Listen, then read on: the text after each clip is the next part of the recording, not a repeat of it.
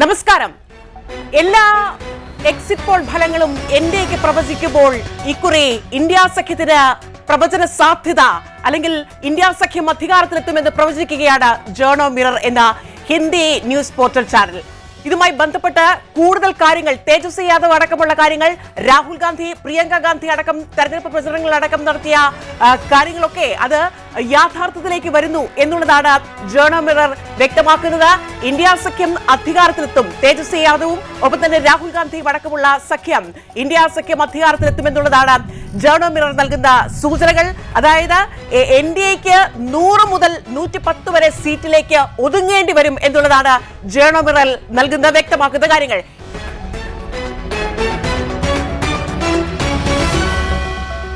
അങ്ങനെ എല്ലാ എക്സിറ്റ് പോളുകളെയും അപ്രസക്തമാക്കിക്കൊണ്ടാണ് ഇപ്പോൾ ഉള്ള ഇന്ത്യ സഖ്യത്തിന് മികച്ച ഭൂരിപക്ഷത്തിൽ അധികാരത്തിലെത്താൻ കഴിയും എന്നുള്ള ജേർണോ മിറർ സർവേ വ്യക്തമാക്കുന്നത്. പുതിയ സർവേകളിൽ തേജസ്വിക്കാണ് വൻ വിജയം.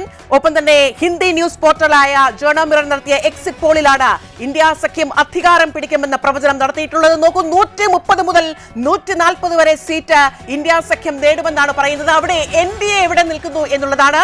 എൻഡിഎ 100 മുതൽ 110 സീറ്റ് മാത്രമേ നേടൂ എന്നാണ് ഇവരുടെ എക്സിറ്റ് പോൾ ഫലം പറയുന്നത്. അസുദ്ദീൻ ഉവൈസിയുടെ AIMIM 4 സീറ്റ് വരെ നേടുമെന്നും മറ്റുള്ളവർ പരമാവധി 3 സീറ്റ് നേടുമെന്നുമാണ് ഇവരുടെ പ്രവചനത്തിൽ പറയുന്നത്. അങ്ങനെ ഇതുവരെ വന്ന എല്ലാ എക്സിറ്റ് പോളുകളെയും അപ്രസക്തമാക്കിക്കൊണ്ടാണ് ജേർണോ മിറർ നടത്തിയ പ്രവചനം. അത് ഏത് തരത്തിലാകും? ബീഹാറിന്റെ മനസ്സ് ആർക്കൊപ്പം നിൽക്കും? ഇന്ത്യ സഖ്യമോ മഹാസഖ്യമോ എന്നുള്ള എൻഡിഎ സഖ്യമോ എന്നുള്ള ചോദ്യത്തിന് അപ്പുറത്തേക്ക് ഇതാ ഇപ്പോൾ ജേർണോ മിറർ നടത്തിയ ഈ പ്രവചനത്തിൽ രാഹുൽ തേജസ്വി കൂട്ടുകെട്ടിനാണ് ആശ്വാസം നൽകുന്ന അല്ലെങ്കിൽ അധികാരത്തിലെത്തുന്ന പ്രവചനമാണ് നടത്തിയിട്ടുള്ളത്. പുതിയ സർവേകളിൽ തേജസ്വിക്ക് വൻ വിജയം. പ്രധാനമായും തേജസ്വി യാദവ് പറഞ്ഞത് ഇത്രയും വർഷമായി നടന്ന അവിടെ ഉണ്ടായ അതിദാരിദ്ര്യം, അതുമായി ബന്ധപ്പെട്ട ഭരണ ഘടനയ്ക്ക് ഒന്നും ഒരു തരത്തിലുമുള്ള സർക്കാർ അവിടെ ഒന്നും ചെയ്തിരുന്നില്ല. തൊഴിൽ വിഷയങ്ങളുണ്ട്. മറ്റ് സംസ്ഥാനങ്ങളിലേക്ക് കുടിയേറ്റമായി പോകുന്ന അതായത് തൊഴിലാണ് അവരുടെ പ്രധാനപ്പെട്ട വിഷയം. ഒപ്പം രാഹുൽ ഗാന്ധിയും പ്രിയങ്ക ഗാന്ധിയും ഒക്കെ ഈ തെരഞ്ഞെടുപ്പ് പ്രചരണങ്ങളിൽ അടക്കം കൊണ്ടുപോയത് സ്ത്രീകളുടെ മുന്നേറ്റത്തിനായി, സ്ത്രീകളുടെ അക്കൗണ്ടിലേക്ക് പൈസ നൽകുന്ന നടപടികൾ, അങ്ങനെ നിരവധി കാര്യങ്ങൾ പ്രധാനമായും തൊഴിൽ ചൂണ്ടിക്കാട്ടിയാണ് ഇന്ത്യ സഖ്യം അവിടെ തെരഞ്ഞെടുപ്പ് പ്രചരണത്തിലടക്കം കണ്ടത് എന്നുള്ളതാണ്. ഏതായാലും ഈ എക്സിറ്റ് പോൾ ഫലം, ജേർണോ മിറർ നടത്തിയ എക്സിറ്റ് പോൾ ഫലം ഇന്ത്യ സഖ്യത്തിന് അനുകൂലമാകുന്ന പ്രവചനമാണ് നടത്തിയിട്ടുള്ളത്. എക്സിറ്റ് പോൾ ഫലങ്ങൾ, മറ്റ് എക്സിറ്റ് പോൾ ഫലങ്ങൾ തകർന്നടിയുകയാണ്. ഇപ്പോൾ കൂടുതൽ വിവരങ്ങളുമായി ന്യൂസ് ഡെസ്കിൽ നിന്നും ജോയ് നായർ ചേരുകയാണ്. ജോയ്, ഇപ്പോൾ ജേർണോ മിറർ നടത്തിയ എക്സിറ്റ് പോൾ ഫലങ്ങളിൽ തേജസ്വി രാഹുൽ കൂട്ടുകെട്ട് അധികാരത്തിലെത്തുമെന്നുള്ള പ്രവചനമാണ് നടത്തിയിട്ടുള്ളത്. എവിടെയാണ് എൻഡിഎ ഉള്ളത്? ഇന്ത്യ സഖ്യം എത്ര സീറ്റ് മുതൽ എത്ര സീറ്റ് വരെ നേടുമെന്നാണ് പ്രവചിക്കുന്നത്? മറ്റുള്ളവർ എവിടെ? തീർച്ചയായും ഇപ്പോൾ കഴിഞ്ഞ കുറച്ച് എക്സിറ്റ് പോൾ ഫലങ്ങൾ നമ്മൾ കഴിഞ്ഞ ദിവസങ്ങളിൽ കണ്ടതാണ്. 5ലധികം എക്സിറ്റ് പോൾ ഫലങ്ങൾ എൻഡിഎക്ക് അനുകൂലമായി പ്രവചനം നടത്തുന്ന കാഴ്ച നമ്മൾ കണ്ടു.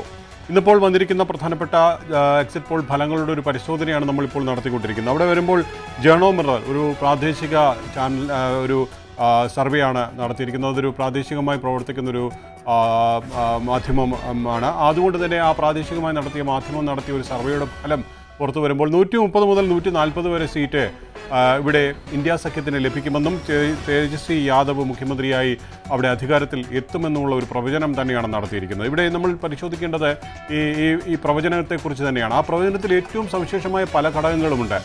ആ പല ഘടകങ്ങളിലും ഏറ്റവും എടുത്തു പറയേണ്ടത് ആരാണ് മുഖ്യമന്ത്രി ആകേണ്ടത് എന്നുള്ളൊരു ചോദ്യത്തിന് ആ ഉത്തരമായി ജനങ്ങൾ നൽകുന്നത് പ്രധാനമായും തേജസ്വി യാദവിൻ്റെ സ്വീകാര്യത തന്നെയാണ്.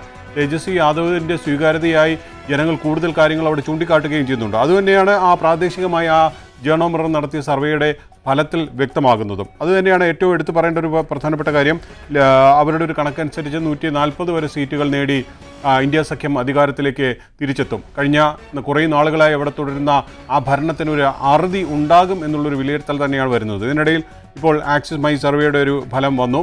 ആ ഫലത്തിൻ്റെ ഒരു പ്രധാനപ്പെട്ട കാര്യം നോക്കുമ്പോഴും അവിടെയും എടുത്തു പറഞ്ഞിരിക്കുന്നത് whom would you like to be the next chief minister എന്നൊരു ചോദ്യം അതിലുണ്ടായിരുന്നു. ആ ചോദ്യത്തിൽ ഏറ്റവും പ്രധാനപ്പെട്ട കാര്യം തേജസ്വി യാദവിന് 34% വോട്ടാണ് ആ സർവേയിൽ ലഭിച്ചിരിക്കുന്നത്. നിതീഷ് കുമാറിന് കേവലം 22% മാത്രമേ ഉള്ളൂ.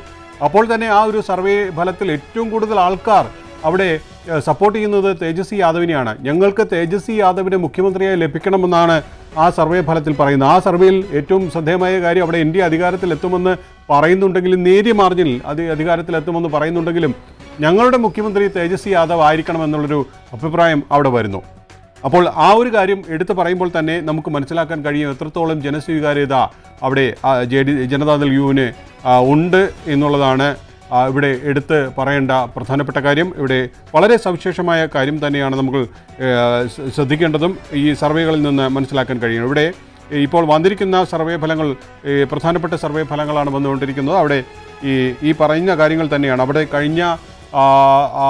കഴിഞ്ഞ കുറേ നാളുകളായി ഉണ്ടായിരിക്കുന്ന ബീഹാർ ജനത അനുഭവിക്കുന്ന പ്രധാനപ്പെട്ട പ്രശ്നങ്ങൾ, അവിടെ ഈ വോട്ട് ചോരിക്ക് ശേഷം വന്ന പ്രധാനപ്പെട്ട ചർച്ചകൾ, രാഹുൽ ഗാന്ധി ഉയർത്തിവിട്ട വോട്ട് ചോരി അടക്കമുള്ള പ്രധാനപ്പെട്ട വിഷയങ്ങളെല്ലാം ഈ ബീഹാർ തെരഞ്ഞെടുപ്പിൽ ചർച്ചയായി. ഈ കള്ളത്തരങ്ങൾ കാണിക്കുന്നവരെ അധികാരത്തിലേറ്റണമോ എന്നുള്ളൊരു ചോദ്യം രാജ്യമൊട്ടാകെ ചർച്ച ചെയ്യപ്പെട്ടു. അത് ഈ അടുത്തിടെ നടന്ന പല ഈ തെരഞ്ഞെടുപ്പുകളിലെല്ലാം ഈ സ്കൂളുകളോ കോളേജുകളോ ഒക്കെ ആയ തലങ്ങളിലെല്ലാം നടന്ന തെരഞ്ഞെടുപ്പുകളിലടക്കം അതെല്ലാം പ്രതിഫലിച്ചു എന്നുള്ളത് തന്നെയാണ് നമുക്ക് മനസ്സിലാക്കാൻ കഴിയുന്നത്. അപ്പോൾ ഇതെല്ലാം ഈ ബീഹാറിലും പ്രതിഫലിക്കുന്നു എന്ന് തന്നെയാണ് എടുത്തു പറയേണ്ടിയിരിക്കുന്നത്. ഇത്തരം സർവേ ഫലങ്ങൾ തന്നെയാണ് ഇപ്പോൾ വരുന്നത്. പ്രധാനപ്പെട്ട സർവേ ഫലങ്ങളാണ്. ആക്സിസ് മൈ ഇന്ത്യയുടെ സർവേ കണ്ടു, ജേണോ മിററിൻ്റെ സർവേയും കണ്ടു. അപ്പോൾ അത്തരം കാര്യങ്ങൾ തന്നെയാണ് പ്രധാനമായും വന്നുകൊണ്ടിരിക്കുന്നത്. അവിടെ ജനം അനുകൂലിക്കുന്നത് തേജസ്വി യാദവിനെയാണ്. അവിടെ ഇന്ത്യ സഖ്യത്തെയാണ്. രാഹുൽ ഗാന്ധി ഉയർത്തിവിട്ട പ്രധാനപ്പെട്ട പ്രശ്നങ്ങളാണ്. ഈ പ്രശ്നങ്ങളെല്ലാം അവിടെ പ്രധാനമായും ചർച്ച ചെയ്യപ്പെടുന്നുണ്ട് എന്ന് തന്നെയാണ്. നമുക്ക് ഈ സർവേ ഫലങ്ങളെയെല്ലാം ഏത് തരത്തിൽ വിലയിരുത്തണം എന്നുകൂടിയുള്ളൊരു പ്രധാന ചർച്ചയുണ്ട്. കാരണം ഈ വന്ന പരമ്പര പോലെ ഒരു ദിവസം എല്ലാവരും കൂടി എഴുതി കണക്ക് കൂട്ടി അവതരിപ്പിച്ച ആ സർവേ ഫലത്തിൽ നിന്ന് തീർത്തും ജനകീയമായ തരത്തിലാണ് ഞങ്ങൾ സർവേ നടത്തിയിരിക്കുന്നതെന്നാണ് ഈ ജേണോ മിററിൻ്റെ ഈ സർവേയുമായി ബന്ധപ്പെട്ടവർ വ്യക്തമാക്കുന്നത്. കഴിഞ്ഞ കുറേ നാളുകളായി ഇത്തരം സർവേ ഫലങ്ങൾ നമ്മൾ കാണാറുണ്ട്. വോട്ട് ചോരിയ കാര്യങ്ങളെല്ലാം ഈ സർവേയുമായി ബന്ധപ്പെട്ട പല പ്രധാനപ്പെട്ട കാര്യങ്ങൾ രാഹുൽ ഗാന്ധി അടക്കമുള്ളവർ ചൂണ്ടിക്കാട്ടുകയും ചെയ്തു. എങ്ങനെയാണ് അട്ടിമറിക്കപ്പെടുന്നത്, ജനാധിപത്യം അട്ടിമറിക്കപ്പെടുന്നത് എന്നൊക്കെയുള്ള കാര്യങ്ങൾ നമ്മൾ കണ്ടു. പക്ഷെ അതൊന്നും ഇത്തവണ ഉണ്ടാകില്ല എന്നുള്ളൊരു പ്രതീക്ഷ തന്നെയാണ് ഉള്ളത്. അപ്പോൾ ആ കാര്യങ്ങളുടെ ഒരു പ്രതിഫലനം തന്നെയാണിപ്പോൾ ഈ ഒരു സർവേ ഫലത്തിൽ നിന്നും നമുക്ക് കാണാൻ കഴിയും.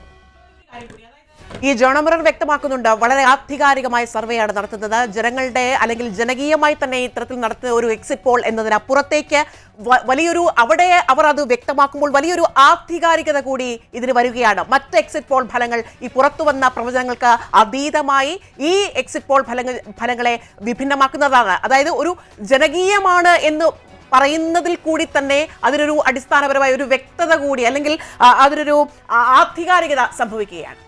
തീർച്ചയായും ഈ ജേണോ മിറർ, ഞാനിത് കഴിഞ്ഞ കുറച്ച് മണിക്കൂറുകളായി ഈ സർവേ ഫലം പുറത്തു വരും എന്നതുകൊണ്ട് തന്നെ ഇതുമായി ബന്ധപ്പെട്ട പരിശോധനകൾ നടത്തുകയായിരുന്നു. അപ്പോൾ ആരാണ് ഈ ജേണോ മിറർ എന്നുള്ളത് അത് പരിശോധിക്കുമ്പോൾ ഈ പ്രാദേശികമായ തലത്തിൽ പ്രവർത്തിക്കുന്നതാണെങ്കിൽ കൂടിയും ഇൻസ്റ്റാഗ്രാമിലും അതുപോലെ തന്നെ മറ്റ് സോഷ്യൽ മീഡിയയിലുമെല്ലാം വമ്പൻ പ്രചാരമുള്ള ഒരു മാധ്യമമാണ്. അപ്പോൾ ആ ഒരു സർവേ ആണ് പുറത്തു വന്നിരിക്കുന്നത്. അപ്പോൾ സാധാരണ പ്രാദേശിക തലത്തിൽ പ്രവർത്തിക്കുന്ന ഒരു സർവേ ഒരു മാധ്യമം നടത്തിയ ഒരു സർവേ എന്ന നിലയിൽ ഈ സർവേക്ക് വളരെ പ്രാധാന്യമുണ്ട്. ആധികാരികമായി തന്നെയാണ് അവർ ഓരോരുത്തർ കണക്കുകൾ കൃത്യമായി ഏത് തരത്തിലാണ്, ബീഹാറിൻ്റെ പൾസ് എങ്ങനെയാണ്, ബീഹാർ ജനത അനുഭവിക്കുന്ന പ്രധാനപ്പെട്ട പ്രശ്നങ്ങൾ എന്തൊക്കെയാണ്, കഴിഞ്ഞ കാലങ്ങളിൽ ഇവിടെ പ്രതിപക്ഷം ഉയർത്തിക്കൊണ്ടുവന്ന പ്രധാനപ്പെട്ട പ്രശ്നങ്ങൾ എന്തൊക്കെയാണ്, ഈ നേരത്തെ ഞാൻ ചൂണ്ടിക്കാട്ടിയതുപോലെ തന്നെ വോട്ട് ചോരിയുമായി ബന്ധപ്പെട്ട് രാജ്യത്തെ ജനാധിപത്യം എങ്ങനെ അട്ടിമറിക്കപ്പെടുന്നു എന്നുള്ള കാര്യം വളരെ ഗൗരവമായി ജനങ്ങൾ ചിന്തിച്ചിട്ടുണ്ട്. ഇവിടെ ഏറ്റവും കൂടുതൽ പുരുഷന്മാർ ഇന്ത്യ സഖ്യം അധികാരത്തിൽ എത്തണമെന്ന് ആ സർവേയിലൂടെ പറഞ്ഞ കാര്യം നമ്മൾ വളരെ ഗൗരവമായി കാണേണ്ടതാണ്. വനിതകളെക്കാൾ പുരുഷന്മാർ ഇന്ത്യ സഖ്യം അധികാരത്തിൽ വരട്ടെ, അവിടെ തേജസ്വി യാദവിന് കൊടുത്തൊരു പിന്തുണ അടക്കമുള്ള വളരെ പ്രധാനപ്പെട്ട കാര്യങ്ങൾ അവിടെ ഉയർത്തിക്കാട്ടപ്പെടുന്നു എന്നുള്ളതും വളരെ ഗൗരവമായി കാണണം. അപ്പോൾ ആ ഒരു സർവേ ഫലം, ഇവിടെ സർവേകളുടെ ഒരു പരമ്പര തന്നെ നമ്മോടൊപ്പം അല്പസമയത്തിനകം അതിഥികളെല്ലാം ചേരും, അവരെല്ലാം ഇക്കാര്യത്തിൽ കൃത്യമായ വിശകലനങ്ങൾ നടത്തും. അപ്പോൾ ഈ സർവേകളുടെ ആധികാരികതയെല്ലാം കഴിഞ്ഞ കുറേ നാളുകളിൽ നന്നായി ചർച്ച ചെയ്യപ്പെടുന്നുണ്ട്. ചില സർവേകൾ ശരിയാകുന്നുണ്ട്, മറ്റു ചില സർവേകളെല്ലാം തകർന്ന് തരിപ്പണമാകുന്നുണ്ട്. പക്ഷേ എല്ലാം അത് ഈ തെരഞ്ഞെടുപ്പ് അട്ടിമറിക്കപ്പെട്ടു എന്ന് ഉള്ളൊരു സാഹചര്യം കൂടി നമ്മൾ ഇക്കാര്യത്തിൽ കാണണം. ഇങ്ങനെയായിരുന്നു, എത്ര കള്ളവോട്ടുകൾ നടന്നു, ആരൊക്കെ അവിടെ മാറി മാറി വോട്ട് ചെയ്തു എന്നൊക്കെ ഉള്ളൊരു സാഹചര്യത്തിലൂടെ എങ്ങനെ അധികാരത്തിലെത്തി ഇവിടെ ഭരണം തുടരുന്നു എന്നുള്ളൊരു സാഹചര്യം എല്ലാം നിലനിൽക്കുമ്പോഴാണ് ബീഹാറിൽ തെരഞ്ഞെടുപ്പ് നടന്നത്. അത് ഒരു വോട്ട് കൊള്ളയുടെ കാര്യങ്ങളെല്ലാം പറഞ്ഞതിന് ശേഷം, ജനങ്ങളെ ബോധ്യപ്പെടുത്തിയതിന് ശേഷമാണ് ആ തെരഞ്ഞെടുപ്പ് നടന്നിരിക്കുന്നത്. അപ്പോൾ ഈ സർവേ ഫലങ്ങൾ ഇപ്പോൾ കഴിഞ്ഞ ദിവസങ്ങളിൽ വന്ന ഈ കണക്കിന് വന്ന് ഓരോന്നിനും ഓരോന്നായി. അതിൽ ശ്രദ്ധിക്കേണ്ട പ്രധാനപ്പെട്ട കാര്യം, എല്ലാ സർവേകളും നോക്കുമ്പോൾ എനിക്ക് തോന്നുന്നു 130, 147 അങ്ങനെയൊക്കെ ഉള്ളൊരു കണക്ക് പറഞ്ഞ് കൊണ്ടെത്തിക്കുകയാണ്. ഒരു വമ്പൻ ഭൂരിപക്ഷം ഒരിക്കലും NDAക്ക് ആരും പ്രവചിക്കുന്നില്ല. എല്ലാവരും പറയുന്നത് ഒരു നേരിയ മാർജിനിൽ NDA സഖ്യം അധികാരത്തിൽ എത്തുമെന്നുള്ളതാണ്. പക്ഷേ ഇവിടെ എനിക്ക് തോന്നുന്നു ജേണോ മിററിൻ്റെ ആ ഒരു സർവേ ഫലം പരിശോധിക്കുമ്പോൾ അവർ അടിത്തട്ടിൽ പരിശോധന നടത്തിയ ഒരു സർവേ ഫലമാണ് എന്നാണ് മനസ്സിലാക്കാൻ കഴിയുന്നത്. പക്ഷേ ഈ സർവേകളെല്ലാം വിശ്വസിക്കുന്നില്ല എന്നുള്ള കാര്യം കോൺഗ്രസ് തന്നെ കൃത്യമായി പറയുന്നുണ്ട്. അതുകൊണ്ട് സർവേ അല്ല ജനത്തിൻ്റെ മനസ്സിലുള്ളത്, ആ കാര്യങ്ങൾ, ബീഹാറിലെ ജനങ്ങൾ അനുഭവിച്ച കാര്യങ്ങൾ. ഇതിൽ ഏറ്റവും ശ്രദ്ധേയമായ കാര്യം ഞാൻ നേരത്തെ പറയാം, ആക്സിസ് ബൈ ഇന്ത്യയുടെ ഒരു സർവേ, അവിടെ അവർ ഇന്ത്യ സഖ്യത്തെ അധികാരത്തിലെത്തില്ല, അവിടെ NDA സഖ്യം അധികാരത്തിലെത്തു പറയുമ്പോഴും 34% പേർ തേജസ്വി യാദവ് മുഖ്യമന്ത്രിയാകുമെന്ന് പറയുമ്പോൾ ആ സർവേ എന്താണ് ഉദ്ദേശിക്കുന്നതെന്ന് മനസ്സിലാവുന്നില്ല. തേജസ്വിയുടെ ഏറ്റവും വലിയ ആ ഒരു ജനപിന്തുണ തന്നെയാണ് ആ സർവേയിലും എനിക്ക് കാണാൻ കഴിഞ്ഞത്. അത് തന്നെയാണ്, വളരെ വ്യക്തമാണ്. ന്യൂസ് ഡെസ്കിൽ നിന്ന് ജോയ് നായരാണ് വിശദാംശങ്ങൾ നൽകിയത്. അതായത് തേജസ്വി യാദവ് എന്താണ് ഈ ഘട്ടത്തിൽ പറയുന്നത് നോക്കാം. അതായത് ഇത്രയും കാലം അവിടെ ഉണ്ടായിരുന്ന അതിദാരിദ്ര്യം തുടച്ചു നീക്കാൻ അവിടുത്തെ സർക്കാരിന് കഴിഞ്ഞിട്ടില്ല, ഭരണകൂടത്തിന് കഴിഞ്ഞിട്ടില്ല, അത് ചോദ്യം ചെയ്യപ്പെട്ടിട്ടുണ്ട് എന്നടക്കമുള്ള കാര്യങ്ങൾ തേജസ്വി യാദവ് പറയുമ്പോൾ തേജസ്വി യാദവിന്റെ വാക്കുകളിലേക്ക് നമുക്ക് പോവാം. इस बार तो क्लीन स्वीप हम लोग हो रहे हैं, महागठबंधन भारी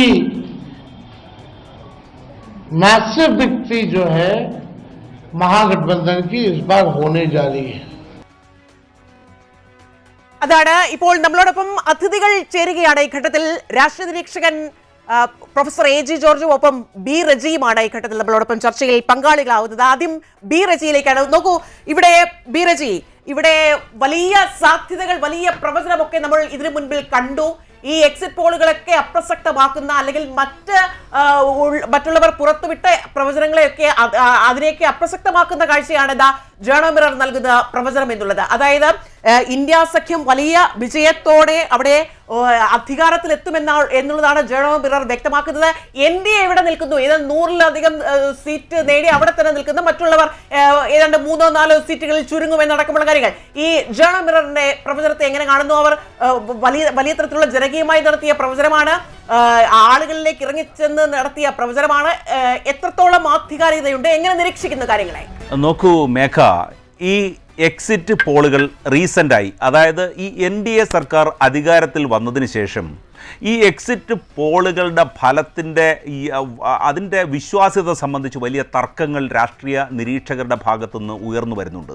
അതിനുള്ള പ്രധാനപ്പെട്ട കാരണം എന്ന് പറയുന്നത്, ഈ ഭരണ സംവിധാനങ്ങളെ ഉപയോഗപ്പെടുത്തിക്കൊണ്ട് കോർപ്പറേറ്റ് മാധ്യമങ്ങളെയും, അതായത് സ്വതന്ത്രമായിട്ട് പ്രവർത്തിക്കുന്ന മാധ്യമങ്ങളെയും സർക്കാരിന് അനുകൂലമാക്കി വരുത്തി തീർക്കുവാൻ തക്ക തരത്തിലുള്ള സംവിധാനങ്ങൾ ഒരുക്കിക്കൊണ്ട്, സമ്മർദ്ദങ്ങൾ പ്രയോഗിച്ചുകൊണ്ട് യഥാർത്ഥ വസ്തുതകളെ ജനങ്ങളിൽ നിന്ന് മറച്ചു വയ്ക്കുവാനുള്ള ശ്രമം NDA സർക്കാരിൻ്റെ ഭാഗത്തുനിന്ന് ഉണ്ടാകുന്നുണ്ട്. അതിൻ്റെ ഫലമായി NDA വിജയിക്കും, അല്ലെങ്കിൽ NDAയുടെ സഖ്യകക്ഷികൾ വിജയിക്കും എന്ന തരത്തിലുള്ള എക്സിറ്റ് പോളുകളാണ് കഴിഞ്ഞ കുറേ കാലമായി നമ്മൾ കാണുന്നത്. പക്ഷേ യഥാർത്ഥത്തിൽ സംഭവിച്ചത് എന്താണ്? നമ്മൾ 2024 ലോക്സഭാ തെരഞ്ഞെടുപ്പിൻ്റെ എക്സിറ്റ് പോൾ ഫലത്തെക്കുറിച്ച് നമ്മളൊന്ന് വിശകലനം നടത്തിയാൽ അവിടെ വൻ ഭൂരിപക്ഷത്തിൽ NDA അധികാരത്തിൽ വരും, മൂന്നാമതും വൻ ഭൂരിപക്ഷത്തിൽ മോദി സർക്കാർ അധികാരത്തിൽ വരുമെന്നായിരുന്നു എല്ലാ എക്സിറ്റ് പോൾ സർവേകളും പറഞ്ഞിരുന്നത്. ആ ഘട്ടത്തിൽ 400 സീറ്റിന് വേണ്ടി അദ്ദേഹം അല്ലെങ്കിൽ NDA സഖ്യകക്ഷികൾ ഇന്ത്യ മുഴുവൻ പോവുകയും അതിനുവേണ്ടി വലിയ പ്രചരണ തന്ത്രങ്ങൾ നടത്തുകയും ചെയ്തു. പക്ഷേ കേവല ഭൂരിപക്ഷം പോലും ആ സർക്കാരിന് ലഭിക്കാതെ 2 കക്ഷികളുടെ പിൻബലത്തിൽ ഭരിക്കേണ്ട ഒരു സാഹചര്യത്തിലേക്ക് എത്തി. അവിടെ എക്സിറ്റ് പോൾ ഫലം വിഫലമായി, അല്ലെങ്കിൽ അവരുടെ പ്രതീക്ഷകൾ അപ്പാടെ ശരിയായില്ല, വസ്തുതകൾ തിരച്ച് ആയിരുന്നു എന്നുള്ളത് അതിൽ നിന്ന് നമുക്ക് മനസ്സിലാകും. ഇനി അതുമാത്രമല്ല, രണ്ടാമത് കഴിഞ്ഞ 2024 ഒക്ടോബറിൽ നടന്ന ഹരിയാന തെരഞ്ഞെടുപ്പിൻ്റെ എക്സിറ്റ് ഫലങ്ങൾ എന്തായിരുന്നു? എല്ലാം അവിടെ കോൺഗ്രസിന് അവിടെ വലിയ വിജയമാണ് ആയിരുന്നല്ലോ പറഞ്ഞിരുന്നത്. പക്ഷേ അവിടെ എന്താണ് വോട്ട്? ഈ പറഞ്ഞ രാഹുൽ ഗാന്ധി, ബഹുമാന്യനായ രാഹുൽ ഗാന്ധി ഉയർത്തിക്കൊണ്ടുവന്ന ആ ഒരു ഇതിൻ്റെ അടിസ്ഥാനത്തിലാവാം അവിടുത്തെ വിജയം മുഴുവൻ NDA അല്ലെങ്കിൽ BJP അനുകൂലമായി അത് കവർന്നെടുത്തു. അപ്പോൾ അവിടെയും എക്സിറ്റ് ഫലത്തിൻ്റെ ഒരു വിശ്വാസ്യത നമുക്ക് ചോദ്യം ചെയ്യേണ്ടി വരുന്നു. ഇവിടെ ബീഹാറിൻ്റെ തെരഞ്ഞെടുപ്പ് രീതി നോക്കിക്കഴിഞ്ഞാൽ യഥാർത്ഥത്തിൽ ഈ ഇന്ത്യയിലെ ജനങ്ങൾ അല്ലെങ്കിൽ ബീഹാറിലെ ജനങ്ങൾ NDAക്ക് വോട്ട് ചെയ്യുന്നത് അവരുടെ ഭരണ മികവ് കൊണ്ടല്ല, മറിച്ച് അവർ രാഷ്ട്രീയ തന്ത്രത്തിലൂടെയാണ് വോട്ട് സമാഹരിക്കാൻ ശ്രമിക്കുന്നത്. അപ്പോൾ ബീഹാറിൻ്റെ യാഥാർത്ഥ്യത്തിലേക്ക് നമ്മൾ കടക്കുമ്പോൾ പ്രധാനമായിട്ട് നമ്മൾ മനസ്സിലാക്കേണ്ടത് BJPക്ക് അല്ലെങ്കിൽ ഹിന്ദുത്വ അജണ്ട മുന്നോട്ട് വെച്ചുകൊണ്ട് വലിയ വിജയം കൈവരിക്കുവാൻ അവർക്ക് സാധിക്കില്ല. അതുകൊണ്ട് അവർ രാഷ്ട്രീയമായി ബീഹാറിൽ തെരഞ്ഞെടുപ്പ് തന്ത്രം ഉപയോഗിച്ചിരിക്കുന്നത് രണ്ട് കക്ഷികളെ, അതായത് BJPക്ക് പ്രതികൂലമായി അല്ലെങ്കിൽ BJPക്ക് പ്രതികൂലമായി പ്രതിപക്ഷ കക്ഷികൾക്ക് ലഭിക്കേണ്ട വോട്ടുകൾ ഛിന്നഭിന്നമാക്കുവാൻ വേണ്ടി രണ്ട് പ്രധാനപ്പെട്ട കക്ഷികളെ അവർ കളത്തിലിറക്കി. ഒന്ന് ജൻ സുരാജ് പാർട്ടി, പ്രശാന്ത് കിഷോറിൻ്റെ ജൻ സുരാജ് പാർട്ടിയും, അതുപോലെ മുസ്ലിങ്ങളുടെ ഒരു വോട്ട് കൺസോൾട്ടേഷൻ ഉണ്ടാവാതിരിക്കാൻ വേണ്ടി ഒവൈസിയുടെ പാർട്ടി, നേരത്തെ മേഘ പറഞ്ഞതുപോലെ ഒവൈസിയുടെ പാർട്ടിയും മുസ്ലിം ലീഗും അവർ രംഗത്തിറക്കി. അപ്പോൾ ഇതിൻ്റെ ഫലമായിട്ട് എന്താണ്, ഈ മഹാഗഠബന്ധന് കിട്ടേണ്ടുന്ന അല്ലെങ്കിൽ തേജസ്വി യാദവിനും കോൺഗ്രസ് സഖ്യത്തിനും ലഭിക്കേണ്ട വോട്ടുകൾ ഛിന്നഭിന്നമായി പോകുന്നു. ആ വോട്ടിനെ വിഘടിക്കുന്നു. അതേസമയം മറിച്ച് NDAക്ക് കിട്ടേണ്ട വോട്ടുകൾ അവിടെ ലഭിക്കുന്നു.